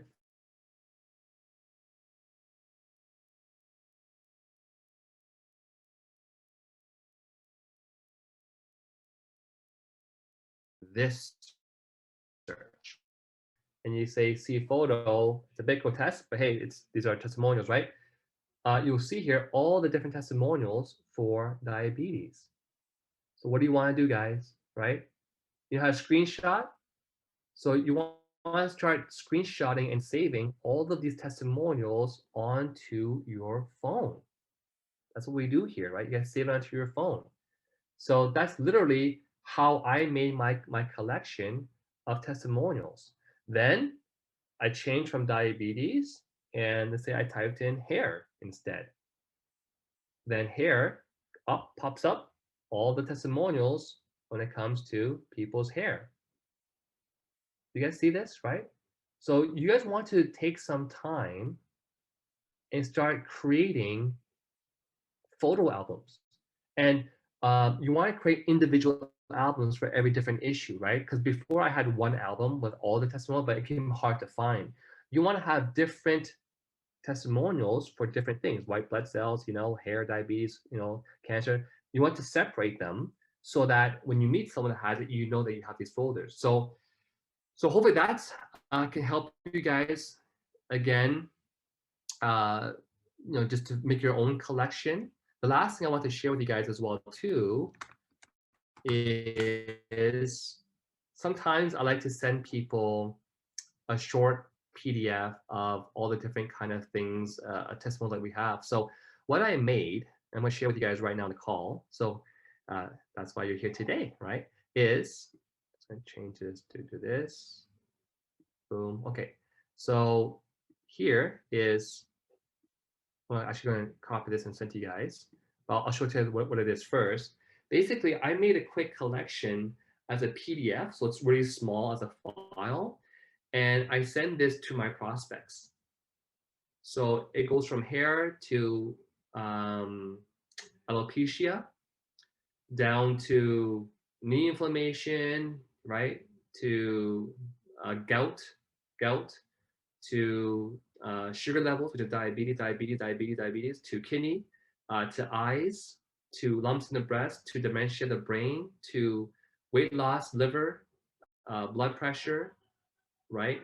Weight loss, thyroid, the skin issue now, athlete's foot, to dry skin, eczema, psoriasis, sunburn, head injuries, So it's just a PDF of like before and after to people. I send it to them because now they can just kind of browse through it. So do you guys want a copy of this, or you guys don't need it? Yes. If you want a copy, they send me a copy. Okay, yes, someone said yes. Okay, I'm gonna send you guys. I'm just teasing.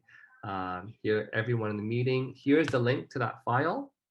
Okay, but you can make your own, right? In fact, I've been trying to make a new one and add new stories. I'm always so busy. But anyways, it's there for you guys there. But I would suggest, however, we need it like yesterday. Okay, let's go hop in our time machine car and go back to yesterday. No, but there you have it. But again, still, guys, even with that PDF, you should make your own collection on your phone, and more importantly, teach the team to do the same thing, right? Imagine everyone in your team did this. Imagine how quickly your sales would grow in your team, right? So, so that really concluded most of the approaching. The last part that I get asked is, well, Renee, how do you approach on social media and online, right? So really quickly to talk about that, number one, we have to understand when we approach online and social media, the conversion rate is usually a lot less because they're strangers. We don't know who they are. The great thing about the warm market. Now, let's talk about that really quickly. The warm market, right? Have you ever heard this objection? Well, I don't want to talk to my family and friends first. Who's heard of that? I don't want to talk to my family and friends first. I want to start with the cold market because I can screw up first, right? Something like that. They have this reason or excuse why, right? Well, maybe it's you, because again, if you want to ask me, Renee, how do I make my list? The first thing I'm going to ask you is, on your phone, how many people are on your phone? So if I go to my contact list, well, and you click on like in your settings, it'll tell you all the people you have on your phone, right? And my question for you is, these people on your phone, they're there because at some point in time you knew them, right? You might be in touch anymore, but at one point in time you were friends or you were acquaintances. So you were acquainted enough for them to add you onto their phone or for you to add them onto your phone. Yes? Yes, guys? You guys with me? Right? There's people on your phone because at some point in time you knew them. So my question for you is, have you contacted every single person on your phone? Have you contacted every single person on the phone? If someone says yes, I'm going to be absolutely shocked because I didn't even say yes. Again, thank you for being honest, because in honesty with ourselves in our business, can we start to have revelations for ourselves, right? So the answer is no. But my question for you is, well, why not? Why not? And most likely, you haven't contacted people on your phone because there's some fear involved. Oh, there's no time. Hmm, that's an interesting objection there. We can talk about that one later, right? If every day you just call 10 people and you had a phone book of 1,000 people, then in 100 days or 3 months or so down the road, you would have contacted every single person. Ah, someone's being honest and still awake at 3:36 a.m. in the morning in Toronto. Drusilla, thank you for so good. I know you're still here. Folks, let's give a round of applause for our Toronto people who's on the call at 3:30 in the morning. My goodness, talk about, and we have people in our time zone that can't get on this call. It's just shocking, right? But Drusilla says, thank you, Drusilla, for being on the call. Prejudging. You are prejudging these people. You are thinking this person on the phone would not be interested in this product. But my question to you is, well, how do you know that? But there's that fear. I get it. I've been there before too. And what do we say? What do we say when we call these people that we haven't talked to for 10 years, 20 years? Maybe you're 55 or 85 years old and you haven't talked to them for 60 years. What do we say to people? Fear they will say no, but so if we think we have a fear that they will say no, that must imply that you're calling to try to sell them something. But is that the real reason why we should be calling in the beginning? We can't remember them. That's okay. That's even more fun we call them. So let me teach you guys the solution to all of your concerns, how to approach someone you haven't spoken to for like 50 years, or you forgot who they were in Pamela's case. What I do, and I've done this, so I know. Let's say I'm looking for a friend named, so I'll start with W's for whatever reason, right? So there's W. My uncle Winston's there. I have a neighbor named Winston, and I have a friend called Winona. So I'm at W. Okay, you can call everyone, right? So, but I haven't talked to Winona for like, I don't know. I know her from karaoke. I don't even know even where I know her from. All right, but doesn't matter. We're gonna call them. Press dial, and here's what you say. So, oh hey Winona. Okay, I'm just doing it in English because it's a Toronto number. They're probably sick. But I say, hey Winona. Wow, long time. It's no talk. Do you still remember me? It's Renee. And they might say, oh hey Renee, yeah, I remember you. That's great. Or they might say, Renee, no. I'll say, who is this again? Right? And I say, well, actually, well, Winona, I mean, I'm not, so if they know who you are, great. If they don't know who you are, here's what you can say. Well, actually, it's funny because I was looking into my phone book to just to update my phone book and delete a few contacts, and I actually forgotten how I know you as well too. But by the way, how have you been anyways? So now we have a chance to catch up, try to figure out where we know each other. Now, if it's someone that says, yeah, they know who you were, what you can say is, well, yeah, well, actually, you know what's funny is I was looking for a friend named Winston on my phone, and just turns out that I was going through my phone book that your name popped up right above theirs. And I thought, oh my goodness, I haven't talked to Winona for so long, and we're all in lockdown right now. I thought, why not give you a call and see how you're doing? There, done. That was even easier than you going to the bank and trying to approach the bank person. You're gonna have the exact same conversation, right? Like and trust, form, catch up, talk. What do you do for a living, and then show it what you do. So it's the exact same conversation, but it's even easier because you already know who they were, and you might even have a lot of fun catching up with them. Does that make sense, guys? So you're calling someone saying that you're trying to look for someone else in the phone book, but you saw their name, so you want to call them because you want to find out how they've been doing. Wow, they feel like you care about them now. Does that make sense, guys? Are you guys still here with me? Did that make sense? Does that make sense, right? So if you're wondering right now, Renee, I'm in lockdown. I don't know who to talk to. Who do I call? Who do I talk to? I just gave you the answer. Every single person in your phone should get a call. And you should be tracking it as well, right? You should be tracking this. every person you call, you want to track. Call this person, no answer. Call this person, we caught up. Call this person, right? Right? And do the usual routine. And so, if you want to ask me, the best way to reset yourself in this business, reset and refresh, as our CEO says, make your list today. Start making it right now or after the call is done today, right? And start making these phone calls. And again, we went through the training, right? Like and trust, catch up, ask questions, and eventually you'll have a chance to go and share with them what you're doing, right? And so you don't have to mention that you're in a business. You can just mention, like, here's one last little tip and trick that I've done. Because, sometimes when we meet family and friends, if we tell them that we're taking this product and that we're selling this product, instantly, it doesn't even matter if this is a good product or it's a good or not product, because they know that you're selling it, they will just close off their doors.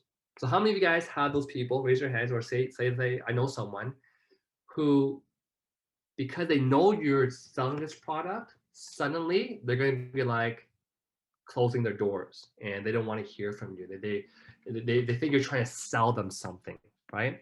How many of us know someone like that who the moment we tell them that we're selling this thing, they will shut down? Okay, we have about 3 people that have experienced so none of you guys have experienced this problem before. Well, that's wonderful. You have great friends. So I'm sure we all have people like that, right? In fact, if you know your friends well, you will know which ones are like that. Okay. And so what I did, oh yeah, here gets awkward silence. That's awkward. So here's what a true story. To this day, it remains true. And what I've done with a few people, especially the ones that I know, because I learned through experience, right? I've done it before. Someone was interested, and then when they found out I was selling it, they became disinterested or not interested. So what I started doing is when I approach someone that is like a family or friend that's like this, I would, catch up with them or chit chat. I say, oh, I say, actually, by the way, I recall that you mentioned that you were having issues with like your sugar levels, or they tell you something like that, right? So once you find out again what is their issue, what I would say is, oh, by the way, there's actually a product out there that I think you might want to give it a try. It's called the Fountain of Life, and actually, my dad has also high sugar levels. So I actually bought this product for him, and it really helped him fix his sugar. I'm talking about in 1 week, his sugar levels went back to down to normal. It was really quick, and I really think you should give it a try. So now again, they're interested because they don't know that you're selling it and that it helped your dad. So use like a third party actual like story, right? And then they might ask you, well, yeah, like I mean, so like well, I'll look into it, or yeah, I mean, I really want to try it. Where can I buy it from? And I would. This is where some people made the mistake, and they say, "Oh, actually, no, I'm actually the one who's selling this product. You can buy it from me." And boom, suddenly they're all turned off again, right? What I would do instead is I would say, "Well, by the way, I just so happened to order about 13 bottles. I got a bunch more for my dad, and I got a bit for myself as well because I wanted to try as well too. And I have some extras actually in my car. I just got the order recently. Of course, you have it with you always right in your car, but you're telling them that you just ordered the product and you have a few extra bottles. And if you want, you can buy one of the ones that I bought and save on shipping. Sure, great. So I have customers till this date, um, because they're not really on social media, like they're on my Facebook or my whatever it is. They don't even know that I'm the one who's actually selling this product. I have people to this date that just think that I just buy it in bulk, save on shipping, and they're buying it from me.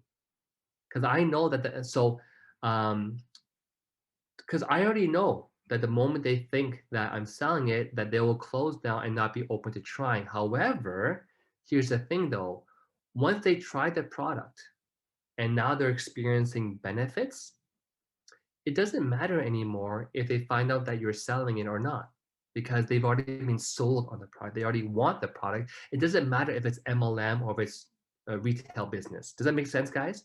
People don't care anymore because they have already started using the product and they already want the product. They want someone who wants the product. It doesn't matter how you sell it, MLM, direct sales, franchise, online e-commerce, they just want it anyways. But the key thing was in the beginning, if you have these kind of people out there that you think would be like that, that is my solution. Thank you, Karimi. I'm glad that you think it's brilliant. I thought it was brilliant for myself because it worked. Um, so anyways, that was the last piece of, I guess, approaching, we used to call the topic approaching objections. So objections that you would get during the approach phase for the business, right? And so again, I hope that that training for the approaches has really helped you guys. Why don't we take a quick pause, open up any questions that people might have about this approach topic, and ask your questions, and we can take another quick, maybe 10-minute break here. We can end a bit earlier today because our last topic that we have is actually on handling objections. That's always a fun one because you guys get a chance to ask me and ask Rico and Amaji and the leaders here, and how would you handle this objection? Someone says, I have no time, I have no money. It's one of those things, right? How do you handle those objections? That's going to be the last topic, I believe, for today. Let me see here the topics that we had. But for now, was there any questions from anyone regarding my training so far? Anyone have any questions? You feel free Good to. morning, Priscilla here. Hey, Drusilla, good morning still. Good morning. I'm keeping up. I'm keeping up. Okay, so my question to the approach is, how do you approach the older folks?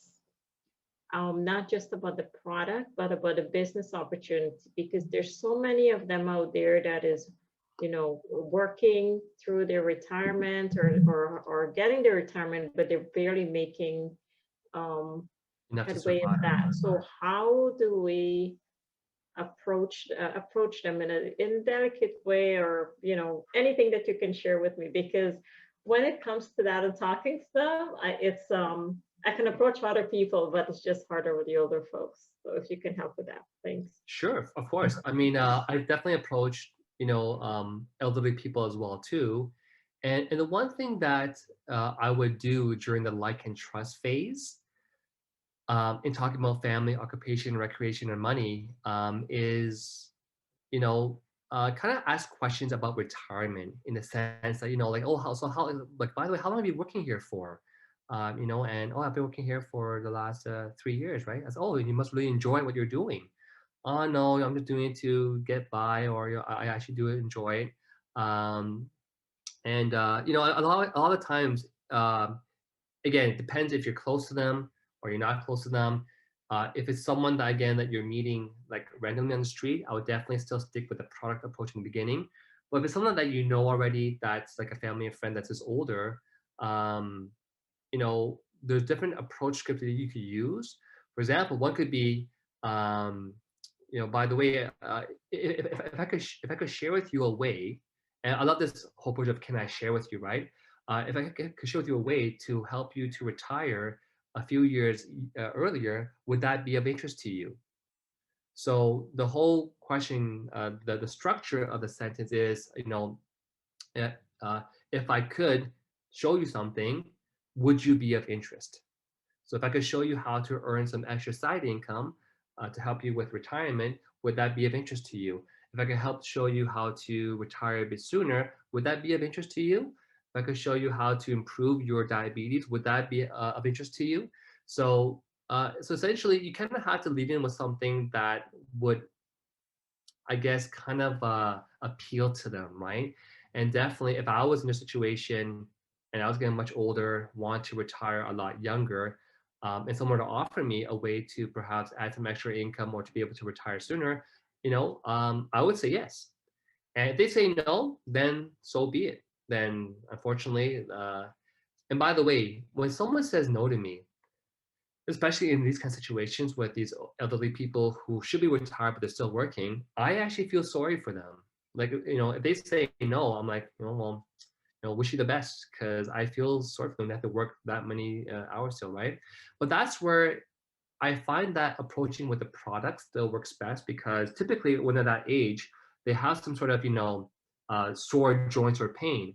And someone that's, at just like a Walmart working that long, they're probably, walking all day long, and they might be, have knee pain, whatever. And you might want to ask them, right? Oh, by the way, like, do you ever get tired, standing here all day long?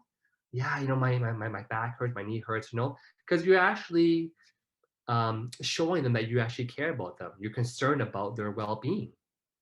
And so they might say, yeah, well, I mean, my feet are actually really sore and my joints hurt when I get back home. So, well, actually, well, if I had a product that I could refer to you that might really help you reduce that pain, would that be of interest to you? Well, sure, yeah.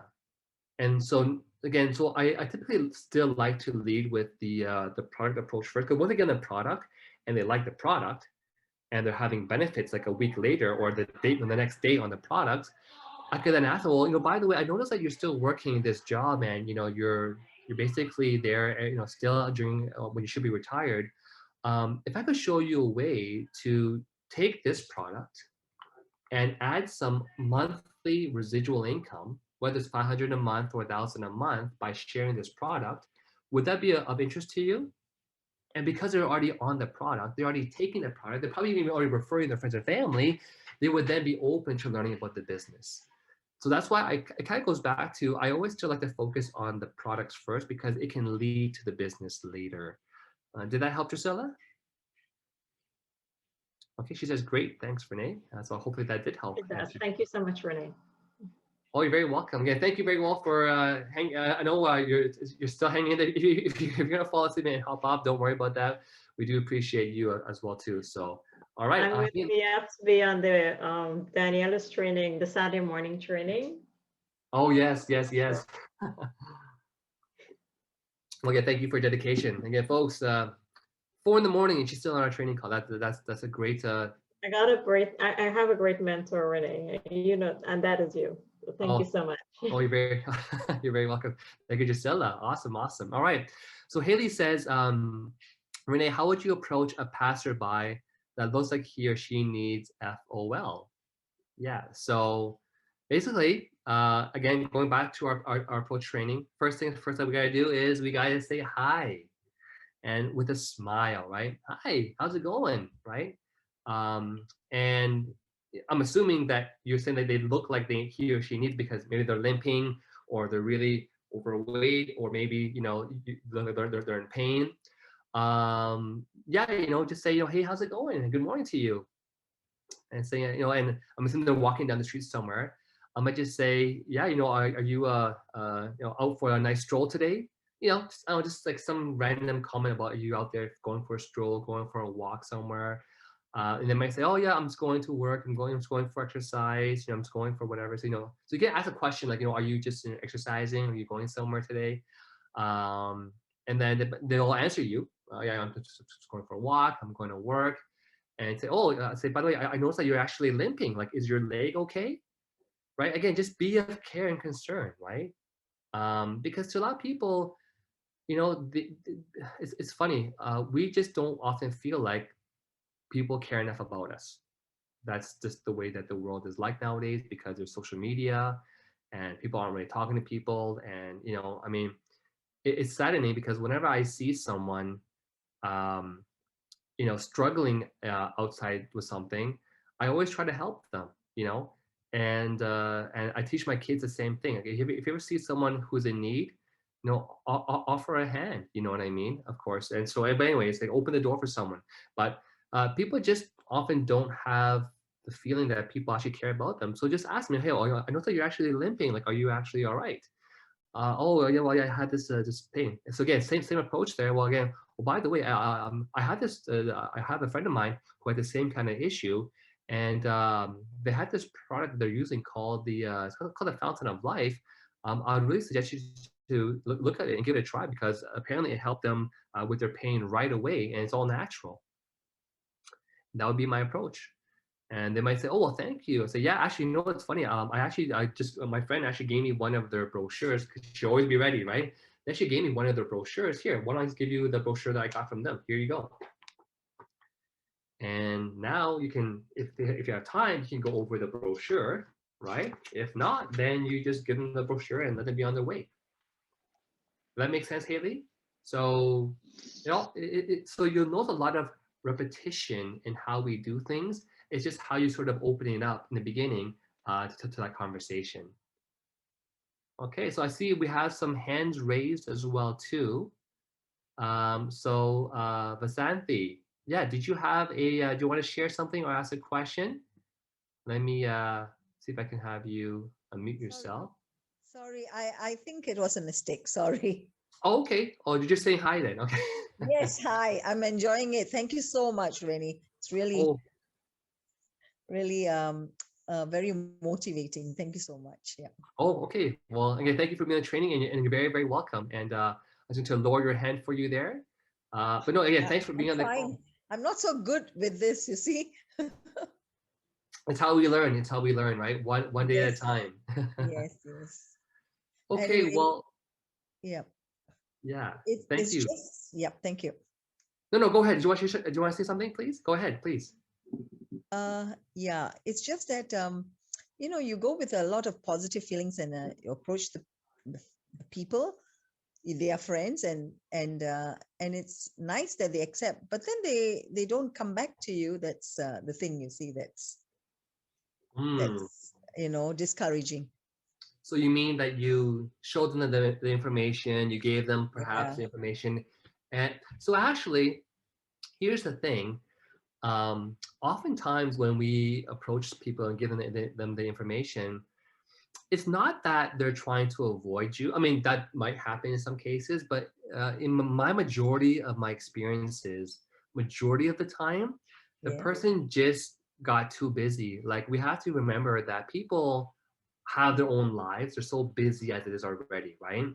Yeah. And sometimes, unless they have this huge pain like gout that they're dealing with, and this would be like something that's really in the forefront of their mind. But if Mm. they're overall, healthy, or sometimes they're just so busy that everything else becomes like in the background for them, right? So that's why the follow up is very, very important. We used to have a saying in the industry, you follow up until they call the cops. I'm Ah, just kidding, right? Don't okay. go that far. But you definitely want to make sure that you do a follow up. And the way that I do my follow ups really quickly is I just send to someone, say, "Oh, hey, John, hope you're doing really well. Just wanted to send to you some new testimonials that I saw of people using the Fountain of Life." Because the best way, actually, to do a follow up with anyone is to send a new testimonial because it's showing more real life stories. And then you can ask, "Oh, by the way, do you get a chance to look at the brochure I gave you the last time we met?" Mm. But you did it while you sent maybe 2 or 3 new testimonials to that person, right? Okay. And you'd be surprised. A lot of them are like, "Oh, actually, no, I just totally forgot to get back to you. I meant to, but I forgot." That happens a lot to me, actually.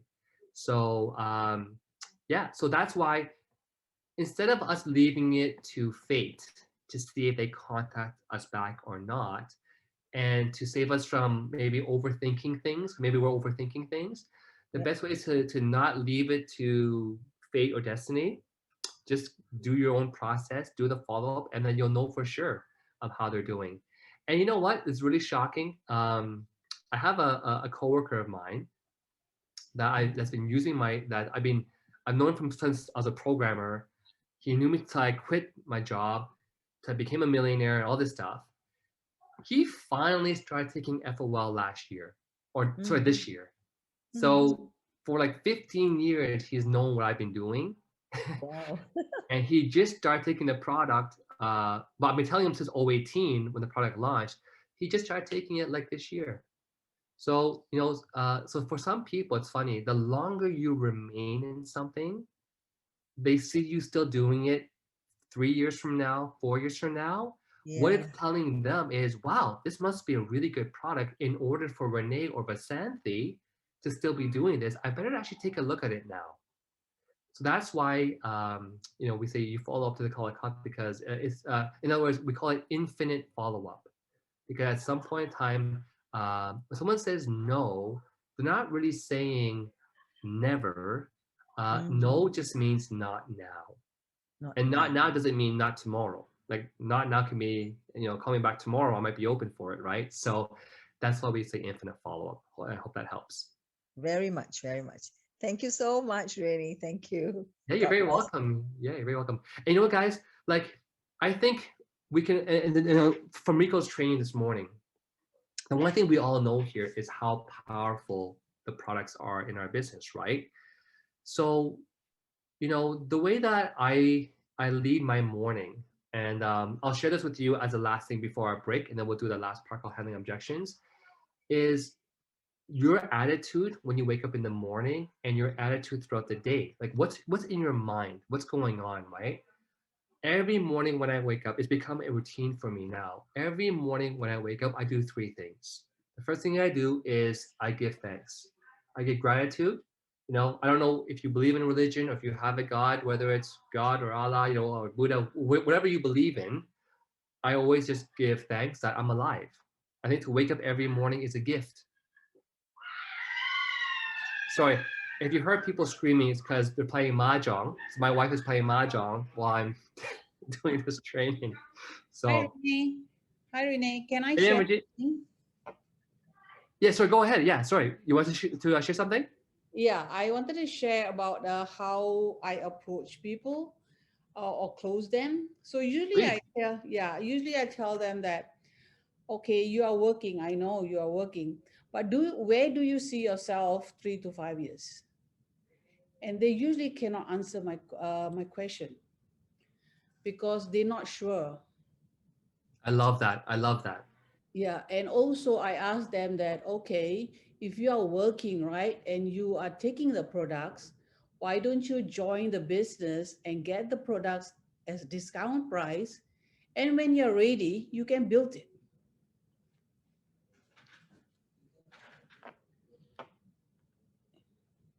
And usually I also sell them the product first.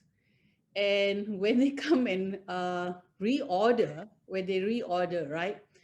So sometimes they order 3 bottles, sometimes they order 6 bottles.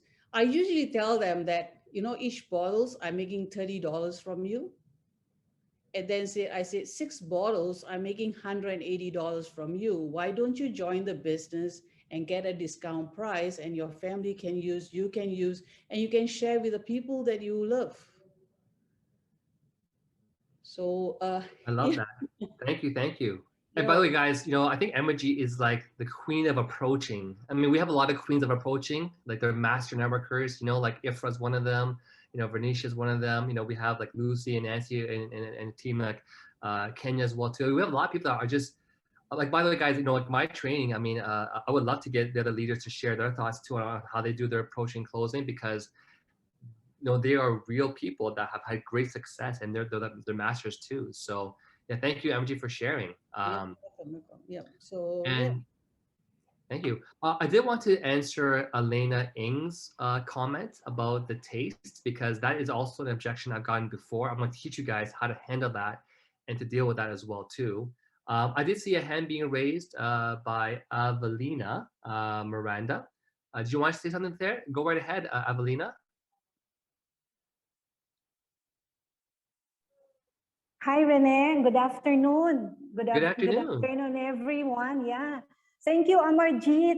I was about to ask Renee about that because, I'm from the corporate world, and it's really, taking a lot of, not disappointments actually, but it's the people from the corporate world are those who are very comfortable with what they are doing. They are very comfortable. They have that fear to leave, for to join another, this kind of thing. That's why I was about to ask, what is the best approach in, to this with this kind of people. I think I heard Amarjeet. I don't know if you also have some tips on that, Rene. Oh, yes, of course, of course. And Actually, especially from my circle of friends are in they belong to the management team. So I'm so blessed that I belong to the management team. So these people, they are about to retire. They have the money, so they just don't feel that they don't need it. They don't need this kind of business. Can I have some tips, please? oh, I'm gonna give you a super juicy one. But I see Emergy wants to say something too. You Yeah. want to go, Emergy? I mean, I always tell them, I understand that you have the money, you have it, definitely you need the health, right? So how many products are you taking for your health? So they will say, okay, I'm taking this, taking this, taking this. So I said, what about if I tell you I can give you one product that help you A to Z? Yeah. Wow, that's great. Thank you. You're welcome. Okay, And so here's sorry. here's what I would do. And I just shared this on my Facebook actually. This is actually a newest, and this applies to every country in the world, right? Is the pension. So in this one here, this article talks about the maximum amount of CPP is the Canada Pension Plan. Okay, it's what you can get when you retire. Okay, and you can see here. Look at this, right? Assuming you're 65 and you've contributed the maximum every single year. So every year, so that means that you started at the age of like 19, the legal age of working, or 16, whatever it is. And every year from 16 to 65, which means you've worked about 49 years of your life in a row, and you've contributed the maximum to your CPP, then the maximum payout per month is $1,000 Canadian per month. Now, mind you, the average income in Canada is about $3,000 per month. And that's barely enough. You will not even survive on that because you have home insurance, you have your property tax, you have your car insurance, you have your cell phone bills, you have your hydro bills, all those bills, right? So I love to share this article with those kinds of people in the corporate world because I was like them. I had a job making $80,000 a year, and yet I realized, oh my goodness, if I work all the way to 65, all I'm going to get upon retirement in a monthly income is $1,200 here. Would that be enough to cover your cost of living, right? And so here's the question I asked them is if I could show you a way within 2 to 5 years to have a minimum monthly income, minimum of $5,000 Canadian per month, would that be of interest to you? So instead of working all the way to 65, you can work for another 2, 3 to 5 years and retire at a younger age and enjoy the rest of your life. And if you really wanted to, you can even keep your job. But would you be open to seeing how you can do this? Right? So I hope that makes sense. You can always find some. Yeah, amazing, amazing. Thank you, Rene. Thank you, Amarjeet, and of course, Rico, for this bootcamp. Amazing training. Thank you so much. You're welcome. And you see here, in actuality, the averages in Canada is not even 1,200. That's the maximum. Most people, don't even do that. So the average amount you're getting in Canada is $700 per month. Like that's not going to, so sometimes people are too caught in the moment and they're not thinking about their future. So I showed them this article. I put it on my Facebook page, but I would send that article to those people that you're talking about and say, by the way, like, this is what you're going through. This is what's going to happen for you. Would you be open if I could show you a way to earning $5,000 a month in 5 years? Monthly residual income every single month, right? So that's what I would do. And just to sort of cover off what I was, and again, folks, I saw that someone wrote that, yeah, they are maybe afraid to leave their paycheck. Don't forget, we're not asking people to quit their jobs. I never quit my job. My plan was doing this business part-time on the side. Can I build up a monthly income in 2 to 5 years of $5,000 per month? That was my goal. That was actually my goal. in 2 to 5 years, make a monthly residual income of $5,000 per month. And why is that a good goal? Because you just saw the pension in Canada, if you even have a pension in your country, is $1,000 a month at best.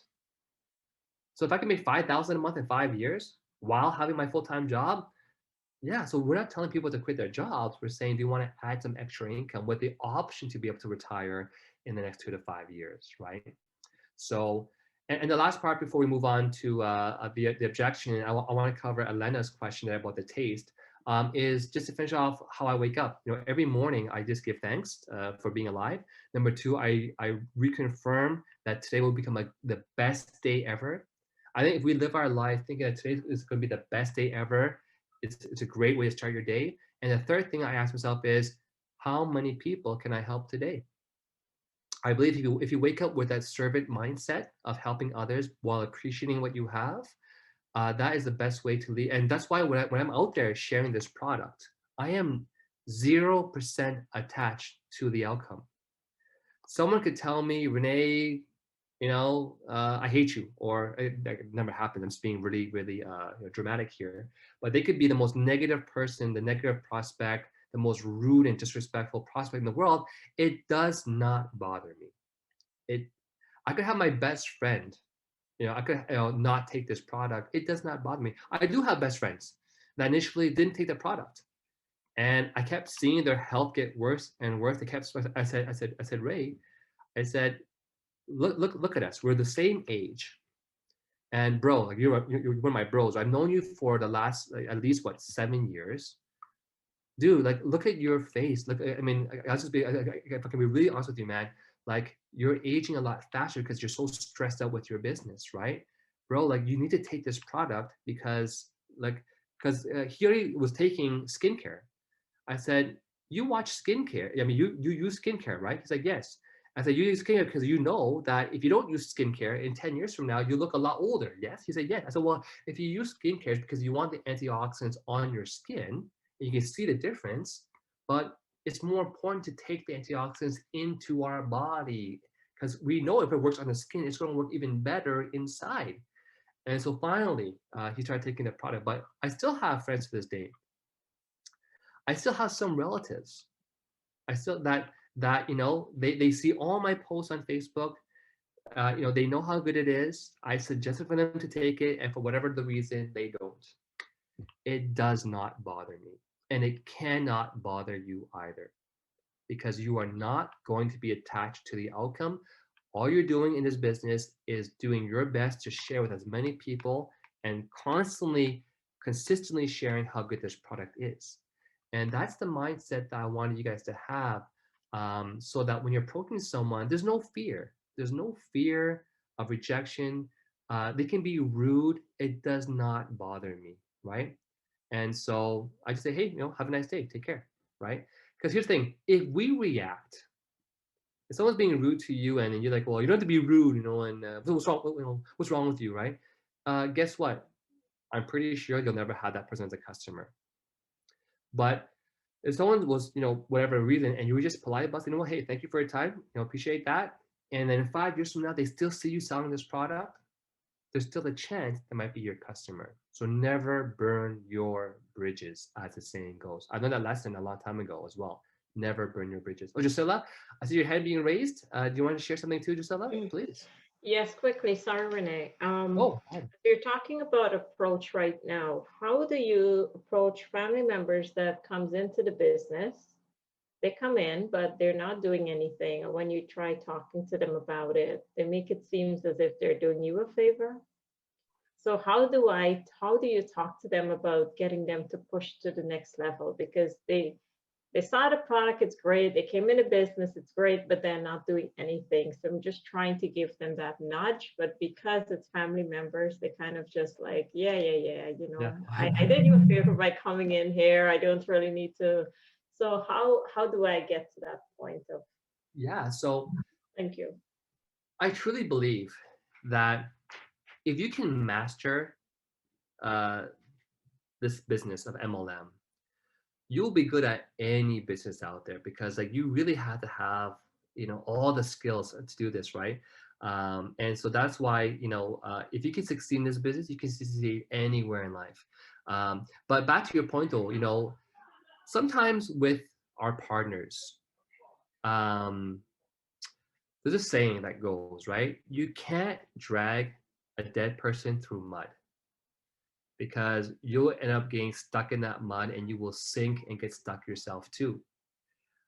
So that's one thing. It's keep in mind that our job is to try to motivate someone a little bit here and there, but at the same time, we're MLM it's a fine line, right? How much do you spend in trying to motivate someone who's not motivated for themselves? And what you'll find is that sometimes it's just timing, and all we can do is just be that positive inspiration for them and help them like remind themselves, right? I think this ties into the same point that Evelina just had just now, which is how do I talk to someone who has a corporate job? They're so comfy, right? They're so comfy in their jobs. How do we motivate them to get out of that? And I think sometimes we have to help them paint the picture again is, what you're doing right now. I love MJ's question. Where do you see yourself in 3 to 5 years from now? And is that really where you would want to be? Or what if you could have a different lifestyle and be retired in 3 to 5 years? Or keep your job and make an extra $5,000 on top. How would that do for you, right? And sometimes if you felt like they feel like they're doing you a favor, sometimes we have to put that foot down, Drusilla, and be like, hey, no, sorry, excuse me. Excuse me with that. Is put our foot down and say, and just have that heart-to-heart talk. Say, hey, John, I just want to remind you that you're in this business for yourself. You're not in it for me. You're in it for yourself because you're a partner, right? So at the end of the day, I'm here to help because I want to help you succeed. But what do you want for yourself? So the only way I find to get someone to get motivated in the business is to kind of like do a bird's eye overview, help them see their own bird's eye overview, which is what MJ's question was about, is where do you see yourself in 3 to 5 years from now, right? But sometimes, as much as we do, it might not have any impact on that person. But at the very least, I would make sure that they understand that they're not doing you a favor, but that you're actually doing them a favor by bringing this opportunity to them as well. So yeah, again, it might just be that this person would never ever be self-motivated to go and do the business, and we have to expect that because that's just the way it is, right? But at the very least, with that mindset of every morning waking up, see who can we help today. I think with that kind of a mindset and just trying to help people to retire younger and earlier, I think that's a great way to leave to live your life. So does that make sense, Drusilla? Just try to check in with them, look at their future retirement, have them look at their planning, and say, look, if you want to make money, you have to put time into this business like many others have, right? And it might take a year, it might take 2 years, it might take 5 years, it might take 10 years, it might take forever. It might never happen for them, but all we can do is be process oriented and do the things and the follow-ups that we should be doing anyways. So hope that helps. We have Nora on the hands up too. Well, we have more and more Canadians. It seems like they sleep so late or stay up late. I saw we had Henry on the call as well. Too, yes. Yeah. So Nora, yeah, do you have a question or a comment there? Hey Nora, your hand is. Hi, Renee. Hi. Actually, Hi. I'm lying down off and on, and I fell asleep, and then I woke up. Totally understandable. It's 4:20. I heard of the approach and a perfect time because that's my issue really. But anyways, like especially an invite as well. So you covered all that. My question to you is, how you offer, because me I always have that helping hand, right? I know we have the solution, and then once I give them, like, say, okay, or where can I get that? And then we said, okay, you can get it online, and give them the brochure, and they saw your name on the tag, and then there was it, oh, they said you're just trying to help because you want to sell. So how do you what do you do? So Because actually, it's like, yeah, great question. By the way, on my brochure, at the back of it, I don't actually like I have my name, my phone number, and my email address, right? And because what happens here is when they want to buy, I want them to reach back out to me again. Does that make sense? And so um, basically, you don't put your name. Yeah, like someone just wrote there. You don't put your name on the URL. Or if you do put your name, like you can just maybe not put Nora Bastian on the bottom of your site. You can just put no name there. Does that make sense? So they don't know what they're actually buying it from you because you can kind of modify what they see on your FOL landing page, right? But the easy way is just don't put the actual website because it already has FOL.1, right? But when they try to buy on this website, it will say, "Oh, please contact the person who who had referred you." So then they're not seeing that you're the one who's actually selling it. Does that make sense? yeah, I was doing it where, because I have my grandson's account. So basically my retail sales are on my grandson's account Good, as well. smart. Yeah, good. But that's one thing I do. When I offer somebody, when I promote, I have my grandson's. I use a brochure with my grandson's account. Yeah, I So use it's not me, because I heard you one time that's, oh, actually I have it in my car. I just bought a family pack. So if you want, I know you did that one too. So yeah, yeah, but when you're giving the brochure, so what I use my grandson's account on the thing. So yeah. I use Heidi's. I use Be Healthy. It's her URL, and it says Heidi Sal. So I was, oh, I'm just helping my friend with her business. You know, I don't, because they don't know it's me then, right? So yeah, we have to dance on our feet sometimes in this business. Yeah. So thank you so much. no, thank you for being on the call, Nora. I hope you get some good rest. All right, all right. So why don't we take a quick break here, folks? And the last topic here is just handling objections, which is we're kind of doing that right now too. But I'm going to run to the toilet one more time. We'll see you guys back in about 5 minutes, 4:28, and we'll finish off with handling objections. And we'll be done by 5 p.m. Sound good, everyone? Just a minute. I think you have not talked about the taste for. I think it was Elena who asked. Yes, yes. That'll be part as the last part, which is the handling objections part. Oh, okay, Yeah, right. thank you for the reminder, though, Pamela. Thank you. Okay, sure. Hey, 5 minutes. Yeah. Please Bye. keep on talking in the meantime. I'll be right back.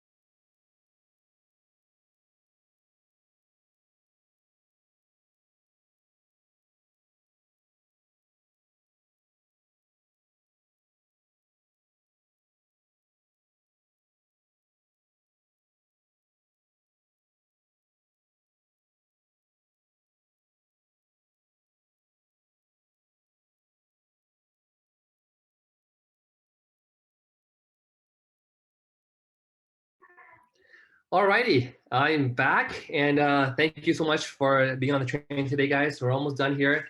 The last stretch here is just really about how to handle objections. So I guess we'll just wait 2 more minutes, as we say, to 4:28. And I'm just gonna open up one quick PowerPoint here. I love this part, how to handle objections. So much fun.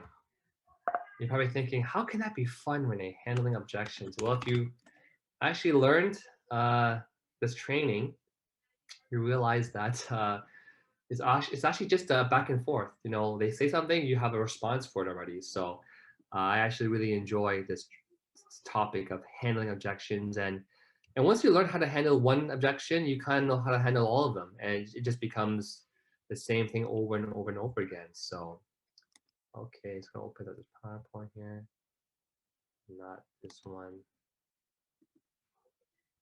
Okay, here we go.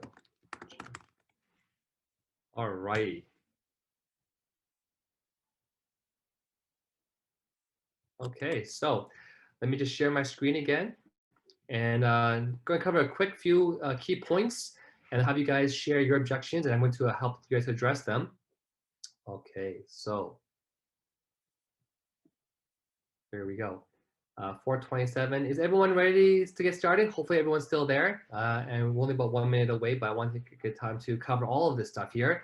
So handling objections. The reality is don't expect to ever get less objections. You'll always get them in every possible thing you can think of. Again, just wish for more skills to know what to say when you get the objection, because again, there's it's not like only certain people have this objection. Everyone can, of all countries, of all types, can have the same kind of objection. It's how we handle them. And if you can handle them really well, you will have a new customer, you'll have a forever customer, or you'll have a new business partner. Okay, so just always remember though, the objections are simply unanswered questions. Okay, and they're usually fear-based or due to lack of knowledge. So it's not really like, it's kind of like that they're saying no, but just be very, very pleasantly persistent in helping them get past every one of these objections. Because once you get through all the objections and they have nothing to object about, they're going to then move on to the next step, which is becoming your customer or your partner. Okay. And one key thing though is don't create more objections.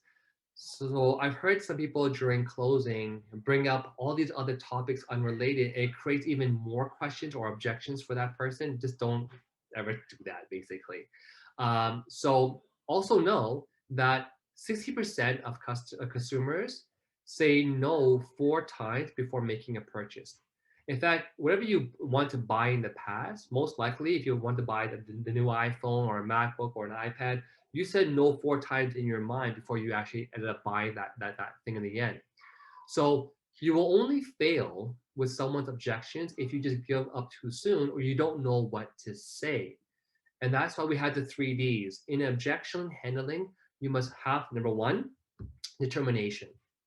Be determined to help them get over their issues. Be patient, right? Don't be frustrated or have lack of patience. Number two is have the proper dialogue, know what to say. And the beautiful thing about our business is you don't have to be a genius with like an engineering or medical background to know how to answer these objections, right? I literally listened to the CEO and Sinaz on how they answered my prospects' questions. I learned what they said, the dialogue, and just repeated it when I had the next question come up with the same question. And the last part is the delivery. How are you answering the objection? If you look impatient, if you look frustrated, if if you're hustling about too much, or if you don't look calm, it's not going to look good. In handling objection, the more calm you are and the more reserved you are, and you just the more polite you are, yet you have the right dialogue and the determination to get through it, it's going to do you a million wonders for yourself. All right, so always remember, be very, very composed, good patience, be polite, and be genuine about helping them with their objections, right? Of course, you always want to have the proper energy, enthusiasm, and excitement. So a lot of times people are, there's a saying, look at your prospects' energy levels, and you want to match it and go a little bit higher. So be a little bit more enthusiastic. So if they're really, really excited, be excited. If they're really, really down, just you don't want to be overly excited because then they don't feel that relation to them. Kind of be with them, but more on the one step higher. Just have good energy, good enthusiasm, and good excitement as well too. And so we already have now, of course, the tripod of belief. So we have that confidence, we have the knowledge in the company, and use this technique. It's called the feel, felt, found. So what that means is anytime you have an objection, like, oh, Renee, I want to do this, but I'm so worried. I don't really have much money to invest in something else. Or Renee, I don't really have the time. So this technique here called the feel, felt, found, what you say is, and if you all write it down, it's simple. Whatever the objection, the first thing you say is, well, first of all, John, actually, I know how you feel. Instantly, when you say that, to them, they don't feel like you're on a different stratosphere or atmosphere that you're on. They feel like you actually are on the same plane, the same field. They feel like you understand them because you just told them, by the way, John, I know how you feel. In fact, I felt that way before. So I know how you feel. I felt that way before while not having, enough money to invest in this business. But what I found out was dot, dot, dot. So the structure goes, I know how you feel.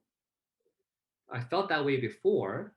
But what I found out was, so when you say I know how you feel, you give an example, right? I had a full-time job and, I didn't have much savings. So I know how you feel. And I felt that way before, but what I found out was, and now you come the dialogue. Here's where you can deliver the solution to their problem, right?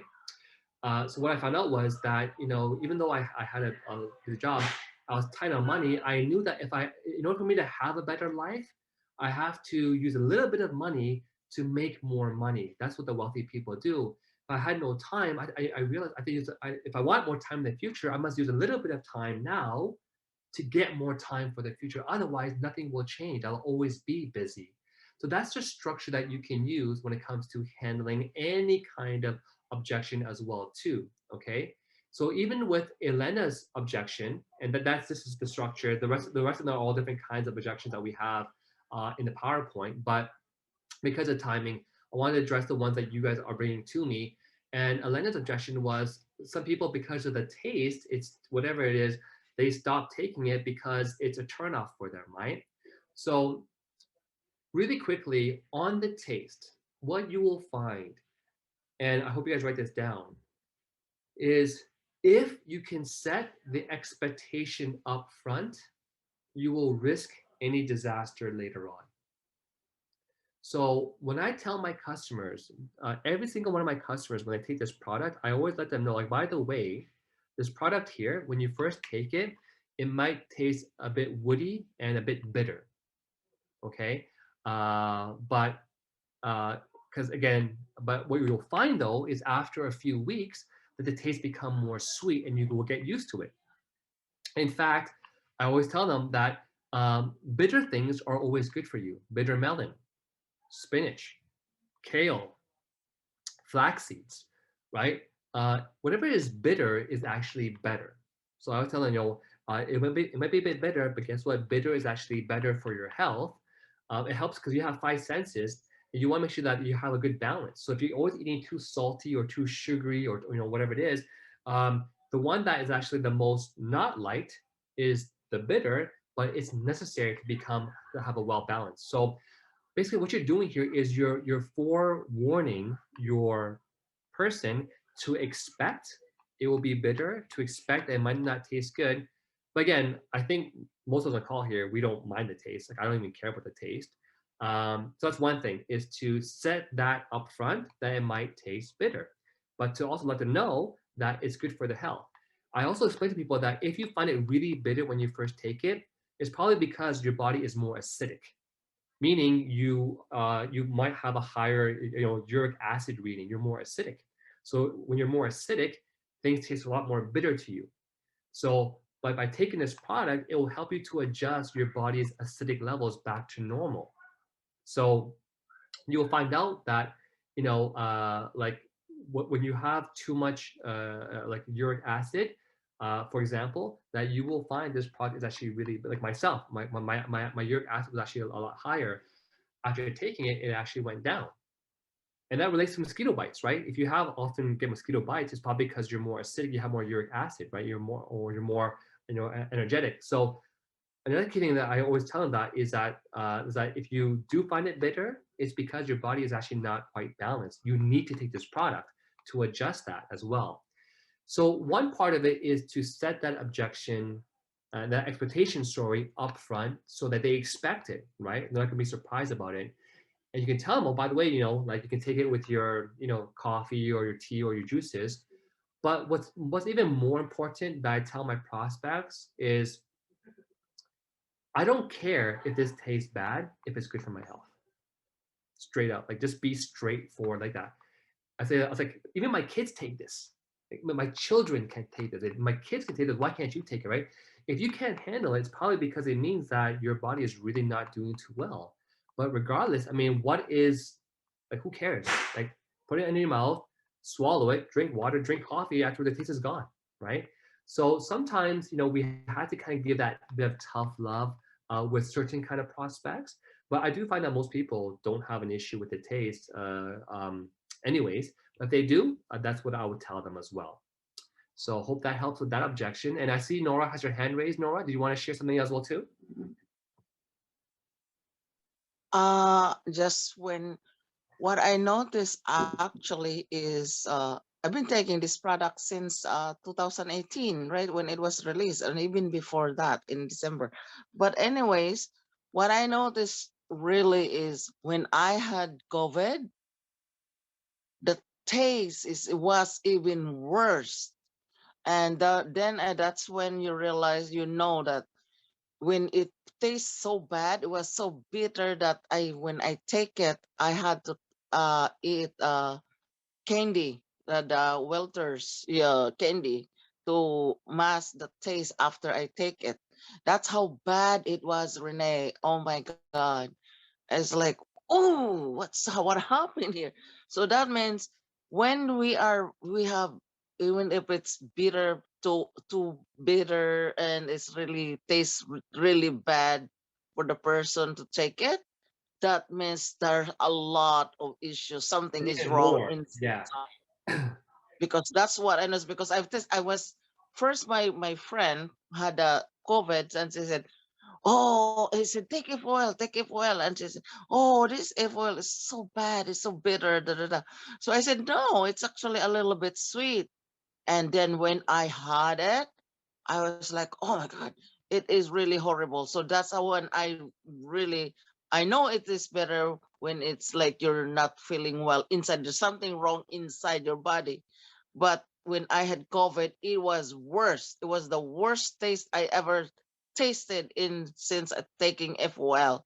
I said, wow, that means it needs to like really fix so much inside when I tasted it bad. But after, because I was taking it one full dropper every 4 hours, and after that it was like the next day it tastes go back to the tasting like normal, bittersweet. Yeah. So I just want to add that. And you know what? I mean, thank you, Nora, for sharing that. But I always find that sometimes in handling objections, a good way to deal with that too is to give a point of reference. What I mean by that is I'll say, for example, when you have a cough, remember when we were kids, do you think cough syrup tastes good when you have a cough? You take cough syrup, the medication, it tastes horrible, right?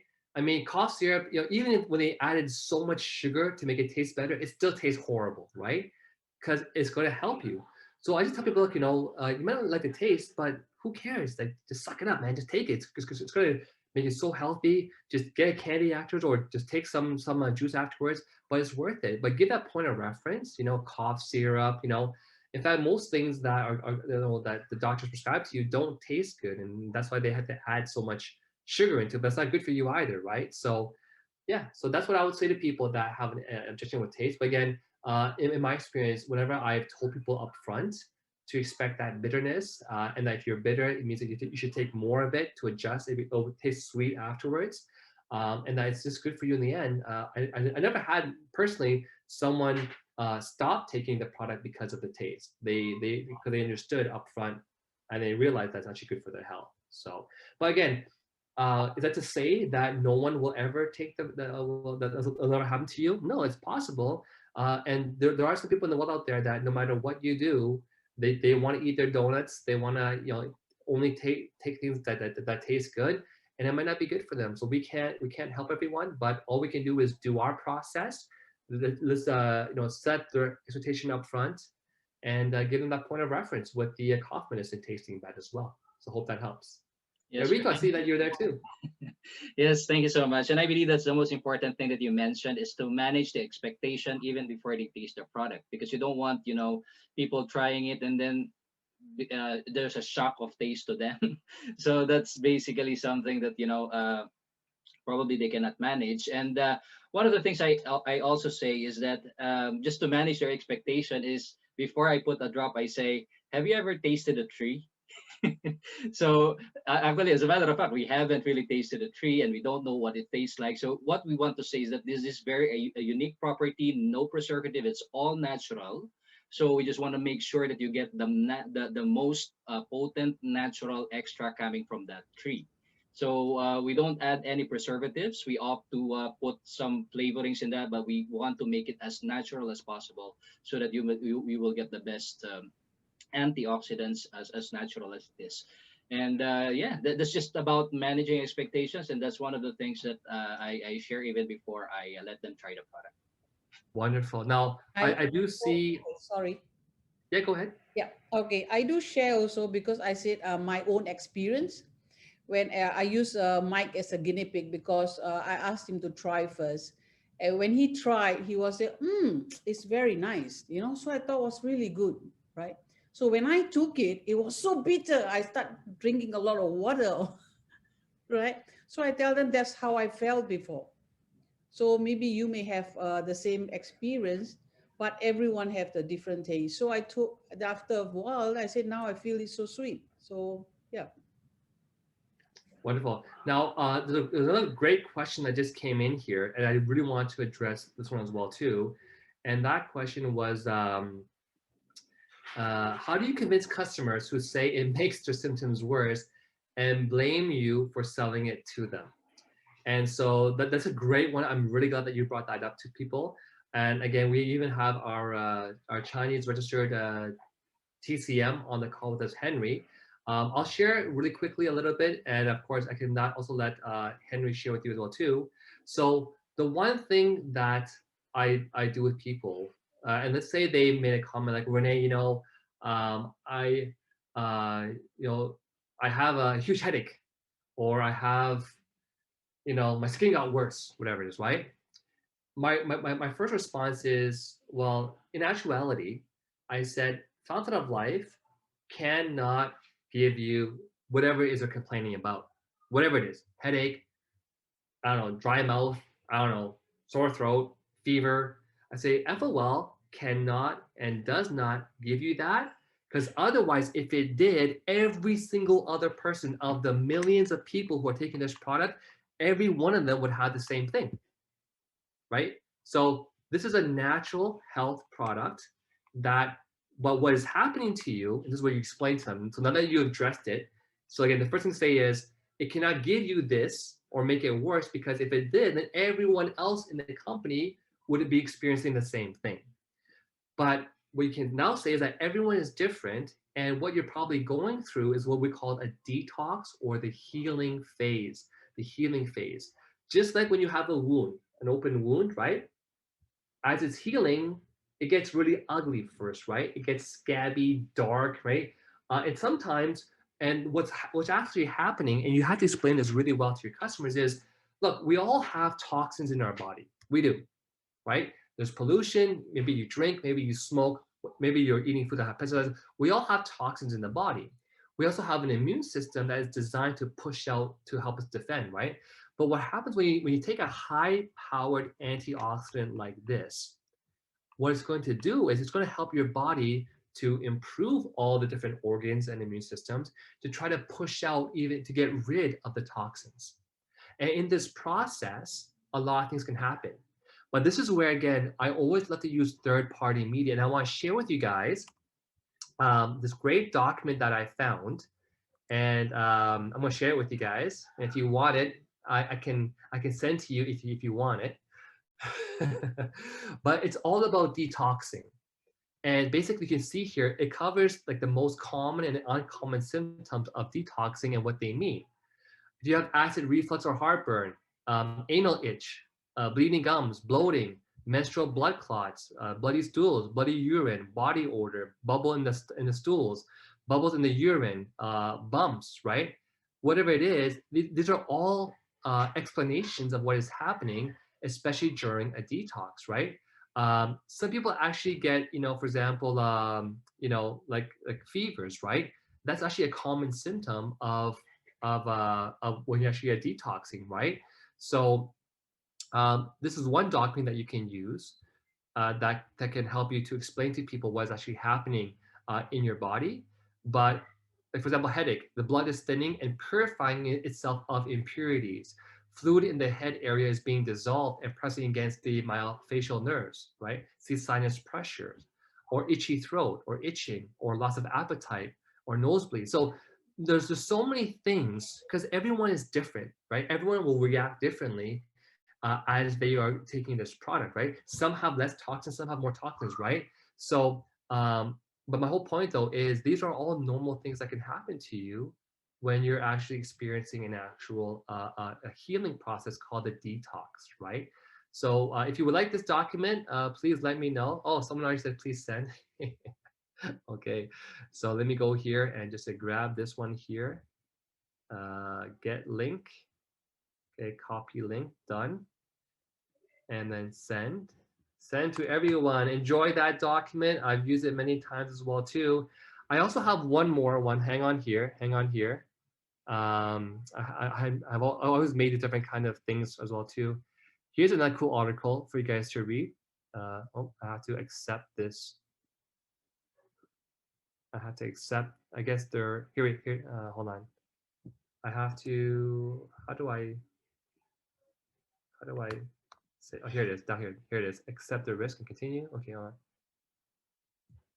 So this website here also talks about what happens during detox, right? Like your gut, your liver, your skin, your brain, your mood. So there's all. If you just go online and type in healing crisis, um, there's a lot of articles that talk about what you might experience during your actual detox phase, right? So here's another good link I can send to you guys as well. If you want to just copy that for yourselves as well too. Okay, and so I mean, like literally, you can go from having no symptoms in a detox to having like the biggest headaches to having weird things like like even a fever. And so Henry, if you are on the, I saw you on the call earlier. I know it's still really early. Henry, if you're there, would you want to share a few words? I know that you're being in the Chinese TCM world. You also have experienced a lot of this kind of stuff as well too. Let me see if Henry, if you're there, Henry, just please unmute yourself and say hi. But otherwise, of course, folks, I hope that you have understand now that what is happening, whenever anyone experiences anything from Fountain of Life, given that they actually did a patch test and they're not, again, allergic to the product, and very few people are, but whatever they're experiencing, it always comes down to the healing process or the detoxing. And the best way to address that is they can reduce the usage in the beginning so that whatever is the issue is not going to be as persistently bothering them. So they can kind of manage that symptom and just reduce dosage, take more water, but keep on going with it, and eventually their body will adjust to it and push out whatever was the issue, and they'll be fine. And then later on, they can increase the dosages, right? So for example, my uncle Winston in Malaysia, the first time he took FOL, he took too much. He took what I took, which is normal, which is about 1 full dropper, but he felt a little bit dizzy. And that's because he had a natural, a low blood pressure, issue. So this time when he took it again, and the next time I said, reduce your dosage, only do 5 drops in the morning to start. And he did it for a week. He saw his blood pressure got better. Then he increased it to like 10 drops for another week. and slowly just kind of going higher and higher and higher. So that's where, again, if you know someone, again, that is really unhealthy, regardless, I always tell people, again, setting expectation that when you take this product, you might experience something. Just understand that it's not a bad sign. It means that your body is actually pushing out the toxins. You might get some redness in the skin. You might get, you might feel a bit different. That's normal because your body is actually healing itself. Okay, when you set that expectation up front in the beginning, whatever they experience, because you've already said it up front, they're already expecting it and they know what's happening. They don't make up their own conclusions that this is actually harming me or it's making it worse, right? And again, like again, in the Chinese philosophies, when you have an issue like bad skin, sometimes it might have to get a little bit worse in order for it to get a little bit better later on. And that's because your body is it's working overtime as well too.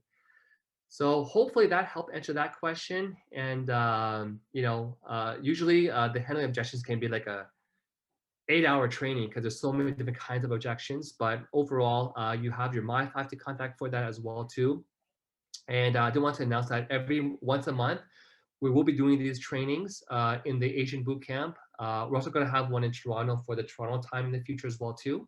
But all in all, I want to say a big thank you to our wonderful trainers for today. Rico, of course, and Amarjeet for taking their time to train this wonderful afternoon. Of course, I want to give special thanks to Pamela, our wonderful host for today. And of course, for all of our speakers and contributors, and especially for you, for taking the time to be on this call, to invest into yourself.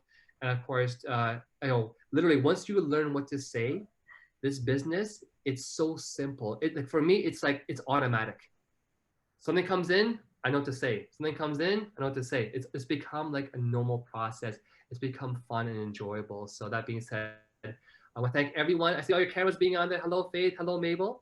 Thanks for being on the call. Thank you, everyone, for being on today's and our first ever Asia Bootcamp. Congratulations to everybody for being on today, guys. Round of applause for all of us. I have mahjong waiting for me outside and dinner soon. So thank you, everyone. Rene, I just want to thank you. Thank you for all the things that you have shared with us today. And being a leader that you have shared with us your experience. And this is what is great about this opportunity is when you get to the top, you always have that obligation to help people up. And that's what you do, Rene. You're sharing all of the things that will help us in order for us to grow our business. So just would like to thank you for all your efforts. And of course, to Amarjeet as well. Thank you. Thank you so much, Amarjeet. And of course, Pam. Thank you. Thank you so much. And I do hope that you have gained much knowledge when it comes to building your business and of course, developing yourself and all these things. It's a bit lengthy, but nonetheless, this is one of the things that we should always get into. And not only that, our trainings, we still have our training tonight together with Rosila and our sales development manager, Danny Ferreira. So when we continuously attend these trainings, our knowledge increases. And when we have that knowledge, we will have that confidence, we will have that belief, we will have those everything that we need in order for us to grow and of course achieve whatever we truly want out of life. So once again, thank you so much. I see that a lot of our partners stayed up until the end. So congratulations to all of you. Thank you so much. And of course, Amarjeet. Yes, thank you very much, Renee. Thank you very much, Rico. You guys are really amazing. I learn a lot. Even we thought we know a lot of things, but we still every day is refreshing our mind, and it's amazing training that is given. And thank you so much, Renee, once again, as well as Rico and Pamela to host, and all the participants on this call to be up, especially those Canadian, they are up in the morning. Soldiers. Yes, thank you. Yes, thank you everyone for joining us today. And on behalf of everyone, I am sure they would love to thank Rico, Majid, Renee for sharing their hearts today with us, especially the practical aspects of it. Many of us struggle, and today we learn a lot on how we can manage and handle all these aspects. And I am sure all of you are just so grateful for a call like that. And so let's not just keep it to ourselves. Let's go out and share this good news, and work from your heart. You will see that the rewards are great, because you're helping and helping and helping the world to a better place. Right. Thank you so much for the team, for really doing this for us. Thank you. Thank you. Thank you. Sorry, just want to remind also everyone tomorrow our virtual leadership cocktail together with our first ever lifestyle directory here in the Philippines, Jocelyn Aquino. It was really an inspiring journey for her, and I just do hope that you get to hear her story that would happen on Sunday 9:45 p.m. So actually, just to give you a little bit of her background, she started late last year, and within 4 months of doing the business, she eventually made it to become a lifestyle director. So just Wow. amazing, and we can just hear her story tomorrow. So don't miss that 9:45 p.m. Don't miss that call. Thank you so much. Back to you, Pam. Yes, thank you everyone. Thank you everyone, really. So Thank Thank let's you. you. Don't miss out to find my good call time. too. You see, Drusilla is still up. Yes, She's it's going to wake. amazing, Wow. Drusilla. She's the Drusilla, host. get some rest. We salute you. She's going to be the host for the the morning call. In a few hours time. Right. Thank you, everyone. Thank you. Thank you, See you everyone. Okay, have all. a good night. Have a good Bye. evening. Good Good night. Bye. Good morning. Thank you. afternoon. Bye. Bye, To the everyone. billion. To the billion. Bye. To the billion. Bye bye. Bye. Have a Bye. good time.